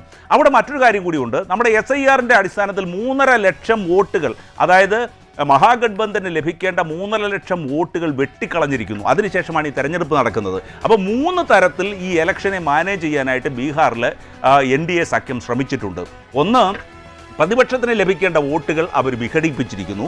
2, ഈ SIR മുഖേന UDF മഹാഗഠബന്ധന് ഒപ്പോസിഷൻ പാർട്ടികൾക്ക് ലഭിക്കേണ്ട വോട്ടിലും ഒരു വിഘടനം ഉണ്ടാക്കിയിരിക്കുന്നു. അപ്പോൾ ഇനി ആ സിറ്റുവേഷൻ അങ്ങനെ ഇരിക്കുമ്പോഴാണ് ഈ എക്സിറ്റ് ഫലങ്ങൾ പുറത്തു വരുന്നത്. ഇന്നലെ വന്ന 11 എക്സിറ്റ് ഫലങ്ങളിലും NDAക്ക് അനുകൂലമായിട്ടുള്ള ഒരു ഗോദി മീഡിയയുടെ ഒരു പ്രചരണ തന്ത്രമായിട്ട് നമുക്കതിനെ കാണാൻ കഴിയും. അപ്പോൾ ഞാനതിനെ കാണുന്നത് അത് ഇനി വരാനിരിക്കുന്ന ഈ ഇലക്ഷൻ കൃത്രിമങ്ങളെ ന്യായീകരിക്കാൻ വേണ്ടി, സാധൂകരിക്കാൻ വേണ്ടി ബോധപൂർവം ഗോദി മീഡിയ അല്ലെങ്കിൽ മോദി അനുകൂല പ്രചരണ മാധ്യമങ്ങൾ പുറത്തുവിടുന്ന ഒരു രേഖയായിട്ടാണ് അതിനെ കാണുവാൻ കഴിയുന്നത്. ഇന്നിപ്പോൾ വന്നിരിക്കുന്നത് യാഥാർത്ഥ്യബോധത്തോടെയുള്ള ഒരു തെരഞ്ഞെടുപ്പ്, ഒരു എക്സിറ്റ് പോൾ ആണെന്ന് നമുക്ക് മനസ്സിലാക്കാം. ഇവിടെ ആത്യന്തികമായിട്ട് നമ്മൾ എക്സിറ്റ് പോളുകളെ കുറിച്ച് പറയുമ്പോൾ അത് ജസ്റ്റ് ഒരു എസ്റ്റിമേറ്റ് ആണ്. അത് യാഥാർത്ഥ്യങ്ങളിൽ നിന്ന് വളരെ അകലെയാകാനുള്ള സാധ്യതകളുണ്ട്. പക്ഷേ ഈ NDA സർക്കാരിൻ്റെ കാലഘട്ടത്തിൽ ഇതിൻ്റെ വിശ്വാസ്യതയെ ഇല്ലാതാക്കുക എന്ന് പറയുന്നത് ഈ മോഡിക്ക് അനുകൂലമായി അല്ലെങ്കിൽ NDAക്ക് അനുകൂലമായി ഈ മാധ്യമങ്ങളെ വിലക്കെടുത്തുകൊണ്ട് ഈ പ്രചരണ തന്ത്രങ്ങളിൽ അവർക്ക് അനുകൂലമായി അല്ലെങ്കിൽ പ്രതിപക്ഷത്തിന് വിരുദ്ധമായിട്ടുള്ള പ്രവർത്തനങ്ങൾ നടത്തുവാൻ അവർ പരിശ്രമിക്കാറുണ്ട്. ഇവിടെ തന്നെ നോക്കൂ, ഏറ്റവും പ്രധാനമായിട്ടൊരു കാര്യം, ഈ നമ്മുടെ ജനാധിപത്യത്തിന് ഭീഷണിയാവുന്ന വോട്ട് ചോരി സംബന്ധിച്ച് ബഹുമാന്യനായ ഇന്ത്യയുടെ പ്രതിപക്ഷ നേതാവ് രാഹുൽ ഗാന്ധി ഇന്ത്യയിലെ ജനങ്ങളോടും ലോകത്തുള്ള ജനാധിപത്യ വിശ്വാസികളോടും ഇന്ത്യയിലെ ചില തെരഞ്ഞെടുപ്പ് തന്ത്രങ്ങളിൽ ഭരണകക്ഷിയും ഭരണകൂടങ്ങളും ഭരണ അനുകൂല സംവിധാനങ്ങളും ഒരുക്കുന്ന വലിയ ഒരു തന്ത്രത്തെപ്പറ്റി ജനങ്ങൾക്ക് മുമ്പാകെ അറിയിച്ചു. എന്നിട്ട് അദ്ദേഹം പറഞ്ഞു, ഈ ഇന്ത്യയിലെ ജൻസികളാണ് ഇത് പരിശോധിക്കേണ്ടതെന്നും നാളെ ഇവിടെ ജനാധിപത്യം പുലരണമെങ്കിൽ ജൻസികൾ ഉണർന്ന് പ്രവർത്തിക്കണമെന്നും അദ്ദേഹം ഇന്ത്യയിലെ ജനങ്ങളോട് ആഹ്വാനം ചെയ്തു. നോക്കൂ, അതിൻ്റെ ഒരു ഫലമുണ്ടായി, ഒരു ഫലപ്രാപ്തി ഉണ്ടായി. അതായത് JNUവിലെ ഇലക്ഷനിൽ പ്രോഗ്രസീവായിട്ടുള്ള ജനാധിപത്യ പാർട്ടികൾ SFI AISF സംഘം വൻ ഭൂരിപക്ഷത്തിൽ വിജയിക്കുവാൻ കഴിഞ്ഞു. ആരുടെ പക്കലായിരുന്നു ഇതുവരെ ഭരണമെന്ന് ആലോചിക്കുമ്പോഴാണ് ആ രാഹുൽ ഗാന്ധിയുടെ പ്രചരണത്തിൻ്റെ ആ ഒരു ഫലം ജൻസികൾ ഏറ്റുവാങ്ങുന്നു എന്ന് മനസ്സിലാക്കാൻ കഴിയുന്നത്. അതായത് ABVP സഖ്യമാണ് അവിടെ JNUവിൽ കഴിഞ്ഞ കുറേ കാലമായി ഭരിച്ചുകൊണ്ടിരുന്നത്. അതുപോലെ ചില IITകളിലും ഈ ജനാധിപത്യ വിശ്വാസികളായ ജൻസികളുടെ കൂട്ടായ്മയുടെ ഫലമായി ഈ ABVP സഖ്യത്തെ പരാജയപ്പെടുത്തുവാൻ അവർക്ക് കഴിഞ്ഞിട്ടുണ്ട്. അപ്പോൾ അങ്ങനെ നോക്കുമ്പോൾ ഈ മോദി അനുകൂലമായിട്ടുള്ള അല്ലെങ്കിൽ NDA അനുകൂലമായിട്ടുള്ള നടത്തുന്ന ചില രാഷ്ട്രീയ ഗിമ്മിക്കുകളുടെ ഭാഗമായിട്ടാണ് കേവല ഭൂരിപക്ഷം അല്ലെങ്കിൽ ഒരു ഭൂരിപക്ഷം അവർക്ക് നൽകിക്കൊണ്ടുള്ള ഇന്നലെ വന്ന 11 എക്സിറ്റ് പോളുകളും വരുന്നത്. അപ്പോൾ ആ രീതിയിൽ നമ്മൾ അതിനെ കാണേണ്ട കാര്യമില്ല. ഗ്രൗണ്ട് തലത്തിൽ ഈ 20 വർഷത്തെ ഭരണത്തിൽ ജനങ്ങൾ അനുഭവിച്ച ദുരിതങ്ങൾ കണ്ടുകൊണ്ട് ഓരോ വീട്ടിലും ഓരോ സർക്കാർ ഉദ്യോഗസ്ഥൻ ഉണ്ടാകണമെന്ന ജനങ്ങളുടെ ആത്മാർത്ഥമായ ആഗ്രഹത്തെ സാധൂകരിക്കുന്ന തരത്തിലുള്ള ഒരു വോട്ടായിരിക്കും അവിടെ ഉണ്ടാകുന്നു എന്നുള്ളതാണ് ഇന്ത്യയിലെ ജനാധിപത്യ വിശ്വാസികൾ ആഗ്രഹിക്കുന്നത്. അപ്പോൾ ഈ തെരഞ്ഞെടുപ്പിൻ്റെ തലേ ദിവസം പോലും ഈ മുഖ്യമന്ത്രി മഹിളാ യോജന എന്ന അതിൻ്റെ അടിസ്ഥാനത്തിൽ 10,000 രൂപ വീതം വെച്ച് മഹിളകൾക്ക് നൽകിയുണ്ടായി. പക്ഷേ അങ്ങനെ നൽകുമ്പോഴും ഈ SIR മുഖേന അവരുടെ ന്യായമായ അവകാശങ്ങളും അവരുടെ റേഷൻ കാർഡും അവരുടെ അവകാശങ്ങളും ഹനിക്കുവാനുള്ള ശ്രമങ്ങൾ ഉണ്ടാകും. അതിനെതിരെ നിങ്ങൾ വളരെ ജാഗരൂകരായി ഇരിക്കണം എന്ന് ബഹുമാന്യനായ പ്രതിപക്ഷ നേതാവ് ജനങ്ങളെ ആഹ്വാനം ചെയ്തിട്ടുള്ളത് അവർ ഉൾക്കൊണ്ടിട്ടുണ്ട്. അപ്പോൾ രാഷ്ട്രീയമായി നോക്കിയാൽ ബീഹാറിലെ ജനങ്ങൾ ഒരു മാറ്റത്തിന് വേണ്ടി ആഗ്രഹിക്കുന്നു. അതിന് വിരുദ്ധമായിട്ടുള്ള എക്സിറ്റ് ഫലങ്ങൾ യാഥാർത്ഥ്യങ്ങളെ മറച്ചുകൊണ്ടുള്ളതാണ്. അത് മോദി അനുകൂലമായി അല്ലെങ്കിൽ NDAക്ക് അനുകൂലമായി ബോധപൂർവം സൃഷ്ടിച്ചെടുക്കുന്ന എക്സിറ്റ് പോളുകളാണെന്ന് മാത്രമേ നമുക്ക് കരുതാനാകൂ. മേഘ, വ്യക്തമാണ്. ഞാൻ അങ്ങിലേക്ക് അല്പസമയത്തിനകം മടങ്ങിയെത്തുകയും ചെയ്യാം. ഇപ്പോൾ രാഷ്ട്രീയ നിരീക്ഷകൻ പ്രൊഫസർ AG ജോർജ് കൂടിയിട്ട് നമ്മളോടൊപ്പം ചേരുകയാണ് തത്സമയം. പ്രൊഫസർ AG ജോർജ്, 6 വീഴും 6 വാഴും എന്നതിനപ്പുറത്തേക്ക് ബീഹാറിന്റെ മനസ്സ് അത് നമ്മൾ 14 വരെ വെള്ളിയാഴ്ച വരെ കാത്തിരിക്കണം എന്നുള്ളതാണ്. അവിടെയും അതിനപ്പുറത്തേക്ക് ഇതാ ഇപ്പോൾ ഒരു ട്രെൻഡായി മാറുന്നത് എക്സിറ്റ് പോൾ ഫലങ്ങളാണ്. ഈ എക്സിറ്റ് പോൾ ഫലങ്ങൾക്ക് അപ്പുറത്തേക്ക് ഇതാ ജേർണൽ മിറർ നടത്തിയ ഒരു എക്സിറ്റ് പോൾ ഫലം അത് ഇന്ത്യ സഖ്യത്തിനാണ് മുൻതൂക്കം നൽകുന്നത്. അവർ ഭരണത്തിലെത്തും എന്നുള്ള ഒരു കാഴ്ചപ്പാടിലേക്ക് അവർ ജേർണൽ മിറർ പോവുകയാണ്. നോക്കൂ, 130 മുതൽ 140 സീറ്റ് വരെ ഇന്ത്യ സഖ്യം നേടുമെന്നാണ് ജേർണൽ മിറർ വ്യക്തമാക്കുന്നത്. അതോടൊപ്പം തന്നെ എവിടെ നിൽക്കുന്നു NDA എന്നുള്ളതും വളരെ 100-ൽ ചുരുങ്ങുകയാണ് കാര്യങ്ങൾ. എങ്ങനെ വിലയിരുത്താം മേഘ? ഇനി ഒരു 36 മണിക്കൂറുകളുടെ പ്രശ്നമേ ഉള്ളൂ കാര്യങ്ങൾ അതിന്റെ യഥാർത്ഥ സ്ഥിതി വെളിപ്പെട്ട് വരാനായിട്ട്. ഒരു കാര്യം ഇതിനകത്ത് നാം കാണേണ്ടത്, ഈ എക്സിറ്റ് പോൾ എന്ന് പറയുന്നത് ഒരർത്ഥത്തിൽ പറഞ്ഞാൽ ഇത് നടത്തുന്ന ഏജൻസികളെല്ലാം ഒരു റാക്കറ്റിന്റെ ഭാഗമാണെന്ന് പറയാൻ എനിക്ക് യാതൊരു മടിയുമില്ല. നമ്മളൊക്കെ സാധാരണ ഉപയോഗിക്കുന്ന മാധ്യമപ്രവർത്തകരോടുള്ള എല്ലാ ആദരവോടും കൂടി പറയട്ടെ, പെയ്ഡ് ന്യൂസ് എന്നൊക്കെ പറയുന്ന ഒരു പ്രയോഗമുണ്ട്. ഈ അടുത്ത കാലങ്ങളിലായി വളരെ വ്യാപകമാണ്. അതായത് കോർപ്പറേറ്റുകൾ കൊടുക്കുന്ന പണം വാങ്ങിക്കൊണ്ട് അവർക്ക് അനുകൂലമായ വാർത്തകൾ സൃഷ്ടിക്കുകയും പ്രചരിപ്പിക്കുകയും ചെയ്യുന്ന ഒരു തന്ത്രം ഇപ്പോൾ പല മാധ്യമങ്ങളും, പ്രത്യേകിച്ച് ഈ സാമൂഹ്യ മാധ്യമങ്ങളൊക്കെ പ്രചാരം ലഭിച്ചപ്പോൾ അതിനായി കൂലിക്ക് ഇതുപോലെയുള്ള വാർത്തകൾ പടുത്തുവിടുന്നതായിട്ടുള്ള ധാരാളം മാധ്യമങ്ങൾ നമ്മളുടെ ഈ രാജ്യത്ത് മാത്രമല്ല ലോകത്തെമ്പാടും വളർന്നുകൊണ്ടിരിക്കുന്ന ഒരു കാലഘട്ടമാണ്. അപ്പോൾ അതുകൊണ്ട് ഈ പറയുന്ന എക്സിറ്റ് പോൾ ഏജൻസികളുടെയൊക്കെ വിശ്വാസ്യത എന്നേ നഷ്ടപ്പെട്ടിരിക്കുകയാണ്. മേഘ, നിങ്ങളൊക്കെ എത്രയോ വർഷങ്ങളായി മാധ്യമരംഗത്ത് ഇത് സംബന്ധിച്ചുള്ള വാർത്തകൾ കൊടുത്തുകൊണ്ടിരിക്കുന്നവരാണ്. അപ്പോൾ ഇതിന്റെ വിശ്വാസ്യത നഷ്ടപ്പെട്ടുകൊണ്ടിരിക്കുന്ന ഒരു കാലഘട്ടമായതുകൊണ്ട് ഇതൊന്നും ശരിയായ പ്രവചനം ആകും എന്ന് നമുക്ക് കരുതുക വയ്യ. ഇത് നമ്മളൊക്കെ നാട്ടിൻപുറത്ത് ഒരു പഴഞ്ചൊല്ല് പറയുന്ന പോലെ പൊട്ടക്കണ്ണൻ മാവിലെറിയുന്നത് പോലെ വീണാലായി വീണില്ലെങ്കിലായി എന്ന ഒരു സമീപനമാണ് പലപ്പോഴും ഇവർ സ്വീകരിക്കുന്നത്. എന്നാൽ ഭരണകക്ഷിയോട് അനുഭാവം കാട്ടിക്കൊണ്ടുള്ള പ്രവചനങ്ങൾ നടത്തുകയാണെങ്കിൽ അവർക്ക് സർക്കാരിൽ നിന്ന് പരസ്യം മുതലായിട്ടുള്ള കാര്യങ്ങളിൽ ഗണനീയമായ പരിഗണന കിട്ടുമെന്നൊക്കെയുള്ള ഒരു ലാഭേച്ഛയോടുകൂടി തന്നെയാണ് ഏറിയ പങ്കും ഇതുപോലെയുള്ള ഏജൻസികൾ പ്രവർത്തിക്കുന്നത് എന്ന് നമ്മുടെ ചരിത്രം നോക്കുമ്പോൾ അറിയാൻ സാധിക്കും. ഇപ്പോൾ ഇവിടെ മേഘ സൂചിപ്പിച്ചതുപോലെ ഇന്നലെ നടന്ന എക്സിറ്റ് പോൾ 11 ഏജൻസികൾ നടത്തിയതായിട്ടുള്ള എക്സിറ്റ് പോൾ അത് തന്നെ നമ്മളൊന്ന് നോക്കണം. ഒരു അക്കാദമികമായ ഒരു കാഴ്ചപ്പാടിൽ അതിനെ നോക്കുമ്പോൾ അവിടെ തന്നെ വളരെ വൈരുദ്ധ്യങ്ങൾ കാണുന്നതായ രീതിയിലാണ് അതിന്റെ കണക്കുകൾ വരുന്നത്. ഈ 11 ഏജൻസികൾ ഇതിനകത്ത് പ്രധാനമായി നമ്മൾ കാണേണ്ടത് ഈ ഏജൻസികൾ ഉപയോഗിക്കുന്ന ടൂൾസ് എന്താണ്, ഇതിന്റെ ശാസ്ത്രീയമായ അടിസ്ഥാനം എന്താണ്, സാങ്കേതികമായി ഇത് എത്രമാത്രം നിലനിൽക്കുന്നതാണ് എന്നതൊന്നും നമ്മെ പോലെയുള്ള ആളുകൾക്ക് അറിഞ്ഞുകൂടാ. അവരുപയോഗിക്കുന്ന അവരെ പലപ്പോഴും പറയുന്നത് ഞങ്ങൾ എല്ലാ മണ്ഡലങ്ങളിലും പോയി 10 പേരോടോ 15 പേരോടോ ഒക്കെ ചോദിച്ച് ആ ഒരു രീതിയിലാണ് ഇതിന്റെ ആസൂത്രണം നടക്കുന്നത്. അതൊന്നും ഒരു യഥാർത്ഥ ചിത്രം പുറത്തുവിടുന്നതായ രീതിയിലുള്ള സാങ്കേതിക വിദ്യയോ ശാസ്ത്രീയമായിട്ടുള്ള ആധുനിക സങ്കേതങ്ങളോ ഒന്നും ഉപയോഗിച്ചുകൊണ്ടല്ല. ഇവരൊരു ചെറിയ കണക്കുകൂട്ടലുകളൊക്കെ അവിടെയും ഇവിടെയും ഒക്കെ എന്തെങ്കിലും മാർഗങ്ങൾ അവരുടേതായ രീതിയിൽ സ്വീകരിച്ചുകൊണ്ടാണ് ഈ എക്സിറ്റ് പോൾ റിസൾട്ടുകൾ എന്നൊക്കെ പറഞ്ഞ് ഇവര് പ്രസിദ്ധീകരിക്കുന്നത്. അതുകൊണ്ട് ഇന്നലെ വന്നതായിട്ടുള്ള എക്സിറ്റ് പോളിന്റെ ഫലങ്ങളെ സംബന്ധിച്ചൊന്നും നമ്മൾ അമിതമായി അതിൽ ആശ്രയിക്കേണ്ട ആവശ്യമില്ല. മാത്രവുമല്ല, ഇപ്പോൾ മേഘ സൂചിപ്പിച്ച ഇന്ന് വന്നതായിട്ടുള്ള എക്സിറ്റ് പോൾ എന്ന് പറയുന്നത് ഇന്നലത്തെ 11 എക്സിറ്റ് പോളുകളെയും അതിജീവിക്കുന്ന അല്ലെങ്കിൽ തിരുത്തി കുറിക്കുന്ന ഒരു എക്സിറ്റ് പോൾ ആണല്ലോ. അപ്പോൾ ഇവരും ആധികാരികമായി നടത്തുന്ന ഇവരുടെ സങ്കേതം ഉപയോഗിച്ച് നടത്തിയ ഈ ജേർണൽ മിറർ എന്ന് പറയുന്നതായിട്ടുള്ള ഈ ഏജൻസി നടത്തിയതിന് അവർക്ക് അവരുടേതായിട്ടുള്ള സങ്കേതങ്ങൾ അവർ ഉപയോഗിച്ചിട്ടുണ്ട്. അതുകൊണ്ട് ഒന്ന് ശരി ഒന്ന് തെറ്റ് അല്ലെ ഒന്ന് പരിപൂർണമായി ആധുനിക സങ്കേതങ്ങളെല്ലാം ഉപയോഗിക്കുന്നതാണ്, ഞങ്ങൾ നിഷ്പക്ഷമായി നടത്തിയതാണ് എന്നൊക്കെ പറയുന്നത് ഒരിക്കലും വിശ്വസിക്കാവുന്നതല്ല. നമ്മൾ ഈ ബീഹാറിന്റെ രാഷ്ട്രീയ ചിത്രം ഇതിനോട് കൂട്ടി വായിക്കേണ്ടതായിട്ടുണ്ട്. നമുക്കറിയാം ബീഹാറിൽ NDA ഉണ്ടാക്കിയിരിക്കുന്നതായ ഈ സഖ്യത്തിന്റെ അടിസ്ഥാനപരമായ ഘടകങ്ങൾ, അവരെ ബീഹാറിലെ ജനതയെ സ്വാധീനിക്കാനായി ഉപയോഗിച്ച രാഷ്ട്രീയ തന്ത്രങ്ങൾ, അതൊക്കെ നമ്മൾ ഇതിനോടകം തന്നെ പലവട്ടം ചർച്ച ചെയ്തിട്ടുണ്ട്. ഇതെല്ലാം നമ്മളൊക്കെ പറയുന്ന ഫ്രീ ബീസ് കൊടുത്തുള്ള ഒരു വോട്ടിംഗ് സമ്പ്രദായമാണ് ബീഹാറിൽ നടത്തിയിരിക്കുന്നത്. മേഘയ്ക്ക് ഓർമ്മയുണ്ടെന്നാണ് എൻ്റെ വിചാരം. സുപ്രീം കോടതി പോലും ഈ അടുത്ത കാലത്ത് ഇതുപോലെ സൗജന്യങ്ങൾ പെരുമഴ പോലെ കോരിച്ചൊരിയുന്ന സമ്പ്രദായത്തിലൂടെ വോട്ടുകൾ ശേഖരിക്കുന്നത് അധാർമികമാണ്, ജനാധിപത്യ വിരുദ്ധമാണ് എന്ന നിരീക്ഷണങ്ങൾ നടത്തിയിട്ടുണ്ട്. ആ നിരീക്ഷണങ്ങളൊക്കെ വെറും ജലരേഖയായിരിക്കുന്നു, കടലാസ് പുലികൾ തന്നെയാണ്. എന്നാൽ ഇവിടെ വാരിക്കോരി ആനുകൂല്യങ്ങൾ നേരത്തെ ഇവിടെ സൂചിപ്പിച്ചതുപോലെ ഓരോ സ്ത്രീക്കും ഓരോ കുടുംബത്തിലും 10,000 രൂപ വീതം കൊടുക്കുക. അതുപോലെ ഈ അടുത്ത കാലത്ത് ബീഹാറിൽ ബഹുമാനപ്പെട്ട പ്രധാനമന്ത്രിയും ആഭ്യന്തരമന്ത്രിയും ഒക്കെ നടത്തിയതായിട്ടുള്ള പ്രഖ്യാപനങ്ങൾ, പുതിയ പുതിയ പ്രോജക്റ്റുകൾ, കോടികളുടേതായിട്ടുള്ള പ്രോജക്റ്റുകളുടെയൊക്കെ പട്ടിക നിങ്ങളുടെ മാധ്യമങ്ങളൊക്കെ ഈ അടുത്ത കാലത്ത് വിശദീകരിച്ചു കൊടുത്തുകൊണ്ടിരിക്കുകയായിരുന്നല്ലോ. അപ്പോൾ ആ തരത്തിൽ വോട്ടുകൾ സമ്പാദിക്കുന്ന ഒരു രീതിയിലേക്ക് BJP കുറെ കാലമായി പോയിക്കൊണ്ടിരിക്കുകയാണ്. അതിന്റെ അനുരണനങ്ങളാണ് പല തെരഞ്ഞെടുപ്പുകളിലും നമ്മൾ കണ്ടുകൊണ്ടിരിക്കുന്നത്.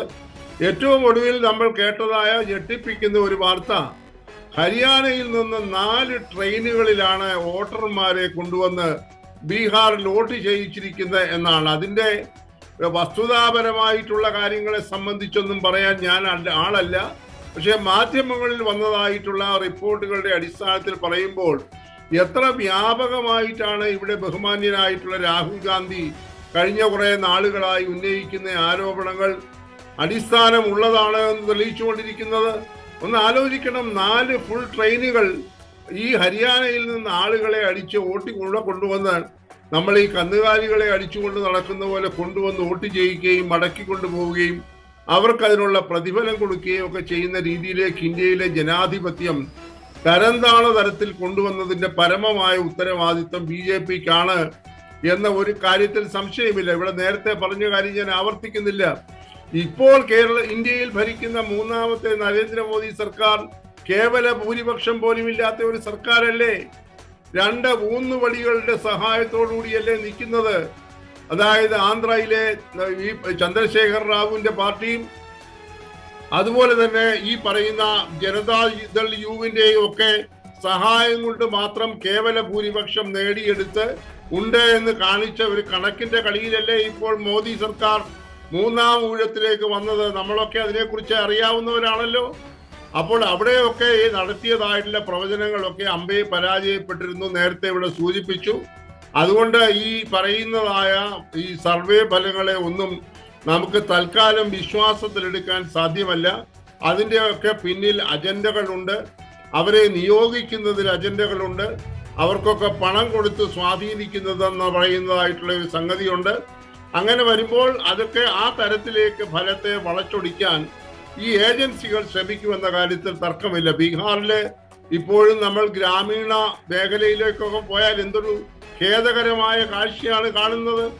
അവിടുത്തെ കർഷകർക്കോ അല്ലെങ്കിൽ കർഷക തൊഴിലാളികൾക്കോ അല്ലെങ്കിൽ അവിടുത്തെ പിന്നാക്ക വിഭാഗങ്ങളിൽപ്പെടുന്ന ആളുകൾക്കോ ഒന്നും അവരുടെ ജീവിത നിലവാരത്തിൽ യാതൊരു പുരോഗമനവും കഴിഞ്ഞ 20 വർഷമായിട്ട് ഉണ്ടാക്കിയെടുക്കാൻ ഈ നിതീഷ് കുമാറിന് കഴിഞ്ഞിട്ടില്ല എന്ന യാഥാർത്ഥ്യം നമ്മളുടെ മുൻപിലുണ്ട്.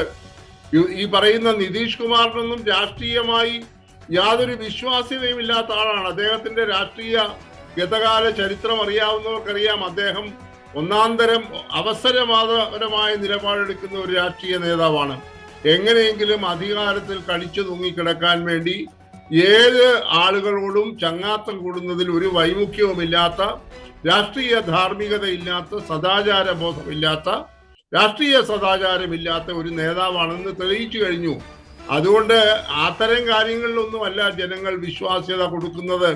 യഥാർത്ഥത്തിൽ അടിസ്ഥാനപരമായ വർഗത്തിന്റെ, അവിടെ അറിയാം ബീഹാറിന്റെ ഏറ്റവും നിർണായകമായ 2 ഘടകങ്ങളാണ് അവിടുത്തെ പിന്നാക്ക വിഭാഗത്തിലുള്ള ആളുകളും അതുപോലെ സ്ത്രീകളും.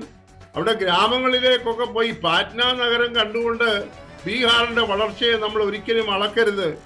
ഇവിടെ നമ്മുടെ പിണറായി സർക്കാർ പറഞ്ഞല്ലോ, അതിദാരിദ്ര്യ വിമോചിത കേരളം അല്ലെങ്കിൽ രഹിത കേരളം എന്നൊക്കെ പറയുന്ന പോലെ കള്ളക്കണക്കുകൾ കൊണ്ട് ആളുകളെ തെറ്റിദ്ധരിപ്പിക്കുന്ന ഒരു രാഷ്ട്രീയ പ്രവർത്തന ശൈലി ഇന്ത്യയിൽ ആകമാനം വ്യാപിച്ചിട്ടുണ്ട് എന്ന കാര്യത്തിൽ യാതൊരു തർക്കവുമില്ല. ഇപ്പോഴും കേരളത്തിലെ ആരോഗ്യരംഗം നമ്പർ 1 ആണെന്നാണല്ലോ ഇവിടുത്തെ മുഖ്യമന്ത്രി പറയുന്നത്. കേട്ടപ്പോൾ ഒരു വലിയ കോമഡി അദ്ദേഹം 2 ദിവസം മുമ്പ് ഈ വിഷയമായി നേരിട്ട് ബന്ധമില്ലെങ്കിലും പറഞ്ഞു പോവുകയാണ്. 2 ദിവസം മുമ്പ് അദ്ദേഹം അബുദാബിയിൽ ചെന്ന് ഒരു പ്രസംഗം നടത്തി. നമ്മുടെ മുഖ്യമന്ത്രി അമേരിക്കയെ പോലും പിന്നാക്കം കൊണ്ടുപോകുന്ന, പിന്നാക്കം അടിക്കുന്ന രീതിയിൽ കേരളത്തിലെ ആരോഗ്യരംഗം വികസിച്ചിരിക്കുന്നു എന്ന് പറഞ്ഞ ഒരു പ്രസ്താവന നമ്മളൊക്കെ വായിച്ചപ്പോൾ എന്ത് വികാരമാണ് കേരളത്തിലെ ജനങ്ങൾക്കുണ്ടാകുന്നത് എന്ന് വിസ്തരിക്കാൻ കഴിയില്ല. തിരുവനന്തപുരം മെഡിക്കൽ കോളേജിൽ നടന്ന സംഭവങ്ങൾ, അതിന്റെ പ്രത്യാഘാതങ്ങളൊക്കെ ഇപ്പോഴും ചർച്ചയിലാണ്. നമ്മുടെ വിഷയം അതല്ല. അപ്പോൾ ഈ കണക്കുകൾ എന്നൊക്കെ പറയുന്നത് മുഴുവൻ കൃത്രിമമാണ്, സൃഷ്ടിച്ചെടുക്കുന്ന കണക്കുകളാണ്, സാങ്കേതികമായും ശാസ്ത്രീയമായും അടിസ്ഥാനപരമല്ല, ശരിയായിട്ടുള്ളതല്ല. ഇതെല്ലാം പെയ്ഡ് സർവേകളാണെന്ന് ഞാൻ ആവർത്തിക്കുന്നു. അതുകൊണ്ട് അതൊന്നും നമ്മൾ ഇപ്പോൾ വിശ്വാസത്തിലെടുക്കേണ്ട. 36 മണിക്കൂർ ശരി, വ്യക്തമാണ്. ഇന്ത്യക്ക് ഈ ഇത്തരത്തിലുള്ള മറ്റ് പ്രവചനങ്ങൾ അത് സാധ്യമാകുമ്പോൾ എത്രത്തോളം അതിൽ ഫലപ്രാപ്തി ഉണ്ട്, അത് എത്രത്തോളം നിർണായകമാണ് എന്നുള്ളതാണ്. ഏതായാലും ജേർണൽ മിററിന്റെ അഭിപ്രായ സർവേയാണ് നമ്മൾ ഈ ഘട്ടത്തിൽ നമ്മൾ പരിശോധിച്ചത്. എക്സിറ്റ് പോൾ ഫലങ്ങൾ ഇതാ പുറത്തു വന്നുകൊണ്ടിരിക്കുകയാണ്.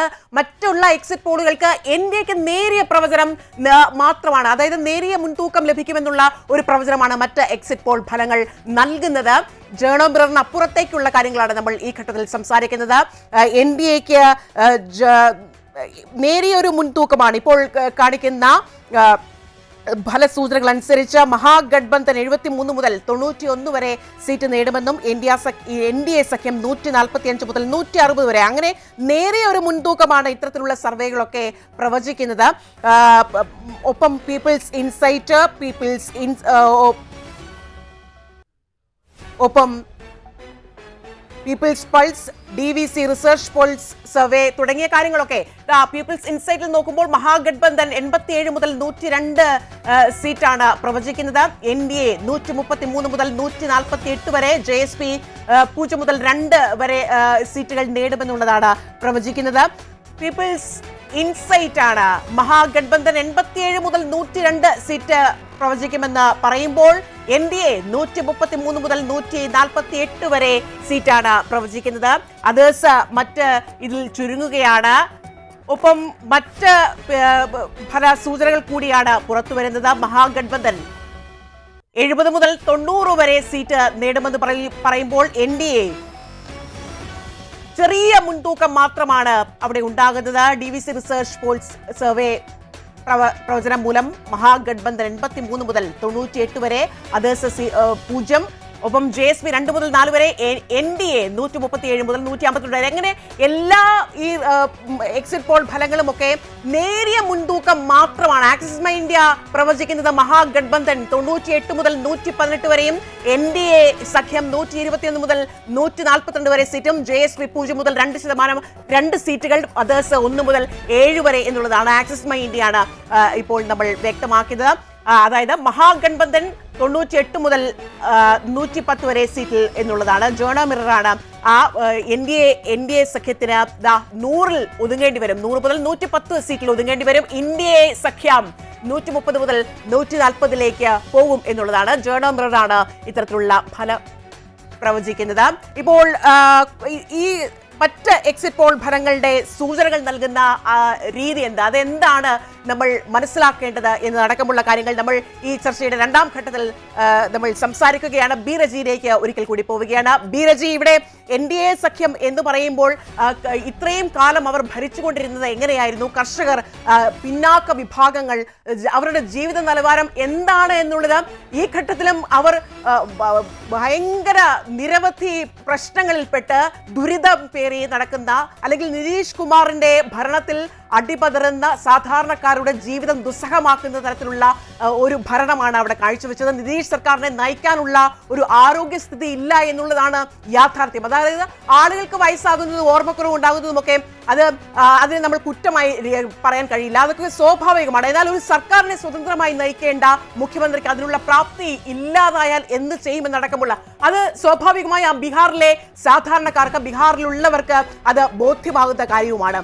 ഇത്തരത്തിൽ നിതീഷ് അല്ല ഭരിക്കുന്നത്, അതിനപ്പുറത്തേക്ക് പുറകിൽ നിന്നുള്ള ലല്ലൻ സിംഗ്, സഞ്ജയ് ഝാ, വിജയ് കുമാർ ചൗധരി, അങ്ങനെ തുടങ്ങിയ ആളുകളുടെ ഒരു പിൻപറ്റോടുകൂടിയാണ് അവിടെ നിതീഷ് കുമാർ ഭരിക്കുന്നതെന്നടക്കമുള്ള കാര്യങ്ങൾ.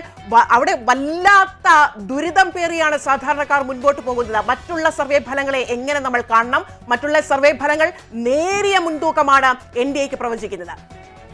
അതെ മേഘ, അതായത് ഈ സത്യസന്ധമായിട്ട്, അല്ലെങ്കിൽ ഈ ഗോദി അല്ലെങ്കിൽ ഭരണകക്ഷിയെ ഭയപ്പെടാതെ നിഷ്പക്ഷമായും നിർഭയമായും ചില മാധ്യമപ്രവർത്തകരെങ്കിലും എക്സിറ്റ് പോൾ ഫലങ്ങൾ പുറത്തുവിടാൻ തയ്യാറാകുന്നു എന്നുള്ളത് ഒരു ശുഭ സൂചന തന്നെയാണ്. കാരണം 20 വർഷമായി ബീഹാർ ഭരിക്കുമ്പോൾ അവിടുത്തെ ജനങ്ങൾക്ക് ആ സർക്കാരിനെതിരെയുള്ള ആൻറ്റി ഇൻകുംബൻസി, സർക്കാർ വിരുദ്ധ വികാരം അതിൻ്റെ അങ്ങേ അറ്റം എത്തി നിൽക്കുമ്പോഴാണ് സാമ്പത്തിക സഹായങ്ങൾ കൂടി നൽകിക്കൊണ്ട് അവരുടെ വോട്ട് വില കൊടുത്ത് വാങ്ങുന്ന തരത്തിലുള്ള ഭരണ പരിഷ്കാരങ്ങൾ ബീഹാറിൽ നടപ്പാക്കുന്നത്. നോക്കൂ, 20 വർഷമായിട്ട് നടക്കുമ്പോൾ യഥാർത്ഥ വിഷയങ്ങളെക്കുറിച്ച്, ഭരണത്തിൻ്റെ പരാജയങ്ങളെ സംബന്ധിച്ചും പട്ടിണി മാറാത്തതിനെ സംബന്ധിച്ചും ജനങ്ങളുടെ വികസന പദ്ധതികൾ അവരുടെ സ്വപ്നങ്ങൾ സഫലമാകാതിരിക്കുന്നത് സംബന്ധിച്ചുമുള്ള വിഷയങ്ങൾ അവിടെ ചർച്ചയ്ക്ക് വരാതിരിക്കാൻ വേണ്ടിയാണ് ഈ ഇലക്ഷൻ അടുക്കുന്ന സമയത്ത് അവിടെ ക്യാഷ് ട്രാൻസ്ഫർ ചെയ്യുന്നത്. അതായത് സർക്കാരിൻ്റെ ഖജനാവിൽ നിന്നുള്ള 1 ലക്ഷം കോടി ഉപയോഗപ്പെടുത്തി ഭരണകക്ഷി അവിടെ രാഷ്ട്രീയ പ്രവർത്തനം നടത്തുകയാണ്. അപ്പോൾ അങ്ങനെയാണ് ഈ മുഖ്യമന്ത്രി മഹിളാ യോജന പ്രകാരം 10,000 രൂപ വെച്ച് ഈ ഇലക്ഷൻ പ്രഖ്യാപിച്ചതിൻ്റെ തൊട്ട് തലേ ദിവസം, അതായത് ഇലക്ഷൻ പ്രഖ്യാപിച്ചതിൻ്റെ ദിവസങ്ങളിലും ഈ തുക ഡിസ്ട്രിബ്യൂട്ട് ചെയ്തുകൊണ്ടിരിക്കുകയാണ്. നോക്കൂ, ഈ മേഘ നേരത്തെ പറഞ്ഞതുപോലെ ബീഹാറിലെ നിതീഷ് കുമാർ, അദ്ദേഹം ആരോഗ്യസ്ഥിതി വളരെ മോശമാണ്. അദ്ദേഹത്തിനെ നയിക്കുന്നത് BJPയുടെ ഉപമുഖ്യമന്ത്രിയാണ്. അപ്പോൾ BJPയുടെ കേന്ദ്രത്തിൽ നിന്നുള്ള ഭരണത്തിൻ്റെ അല്ലെങ്കിൽ ചട്ടുകത്തിൻ്റെ അടിസ്ഥാനത്തിലാണ് ബീഹാറിൽ ഭരണം നടക്കുന്നത്.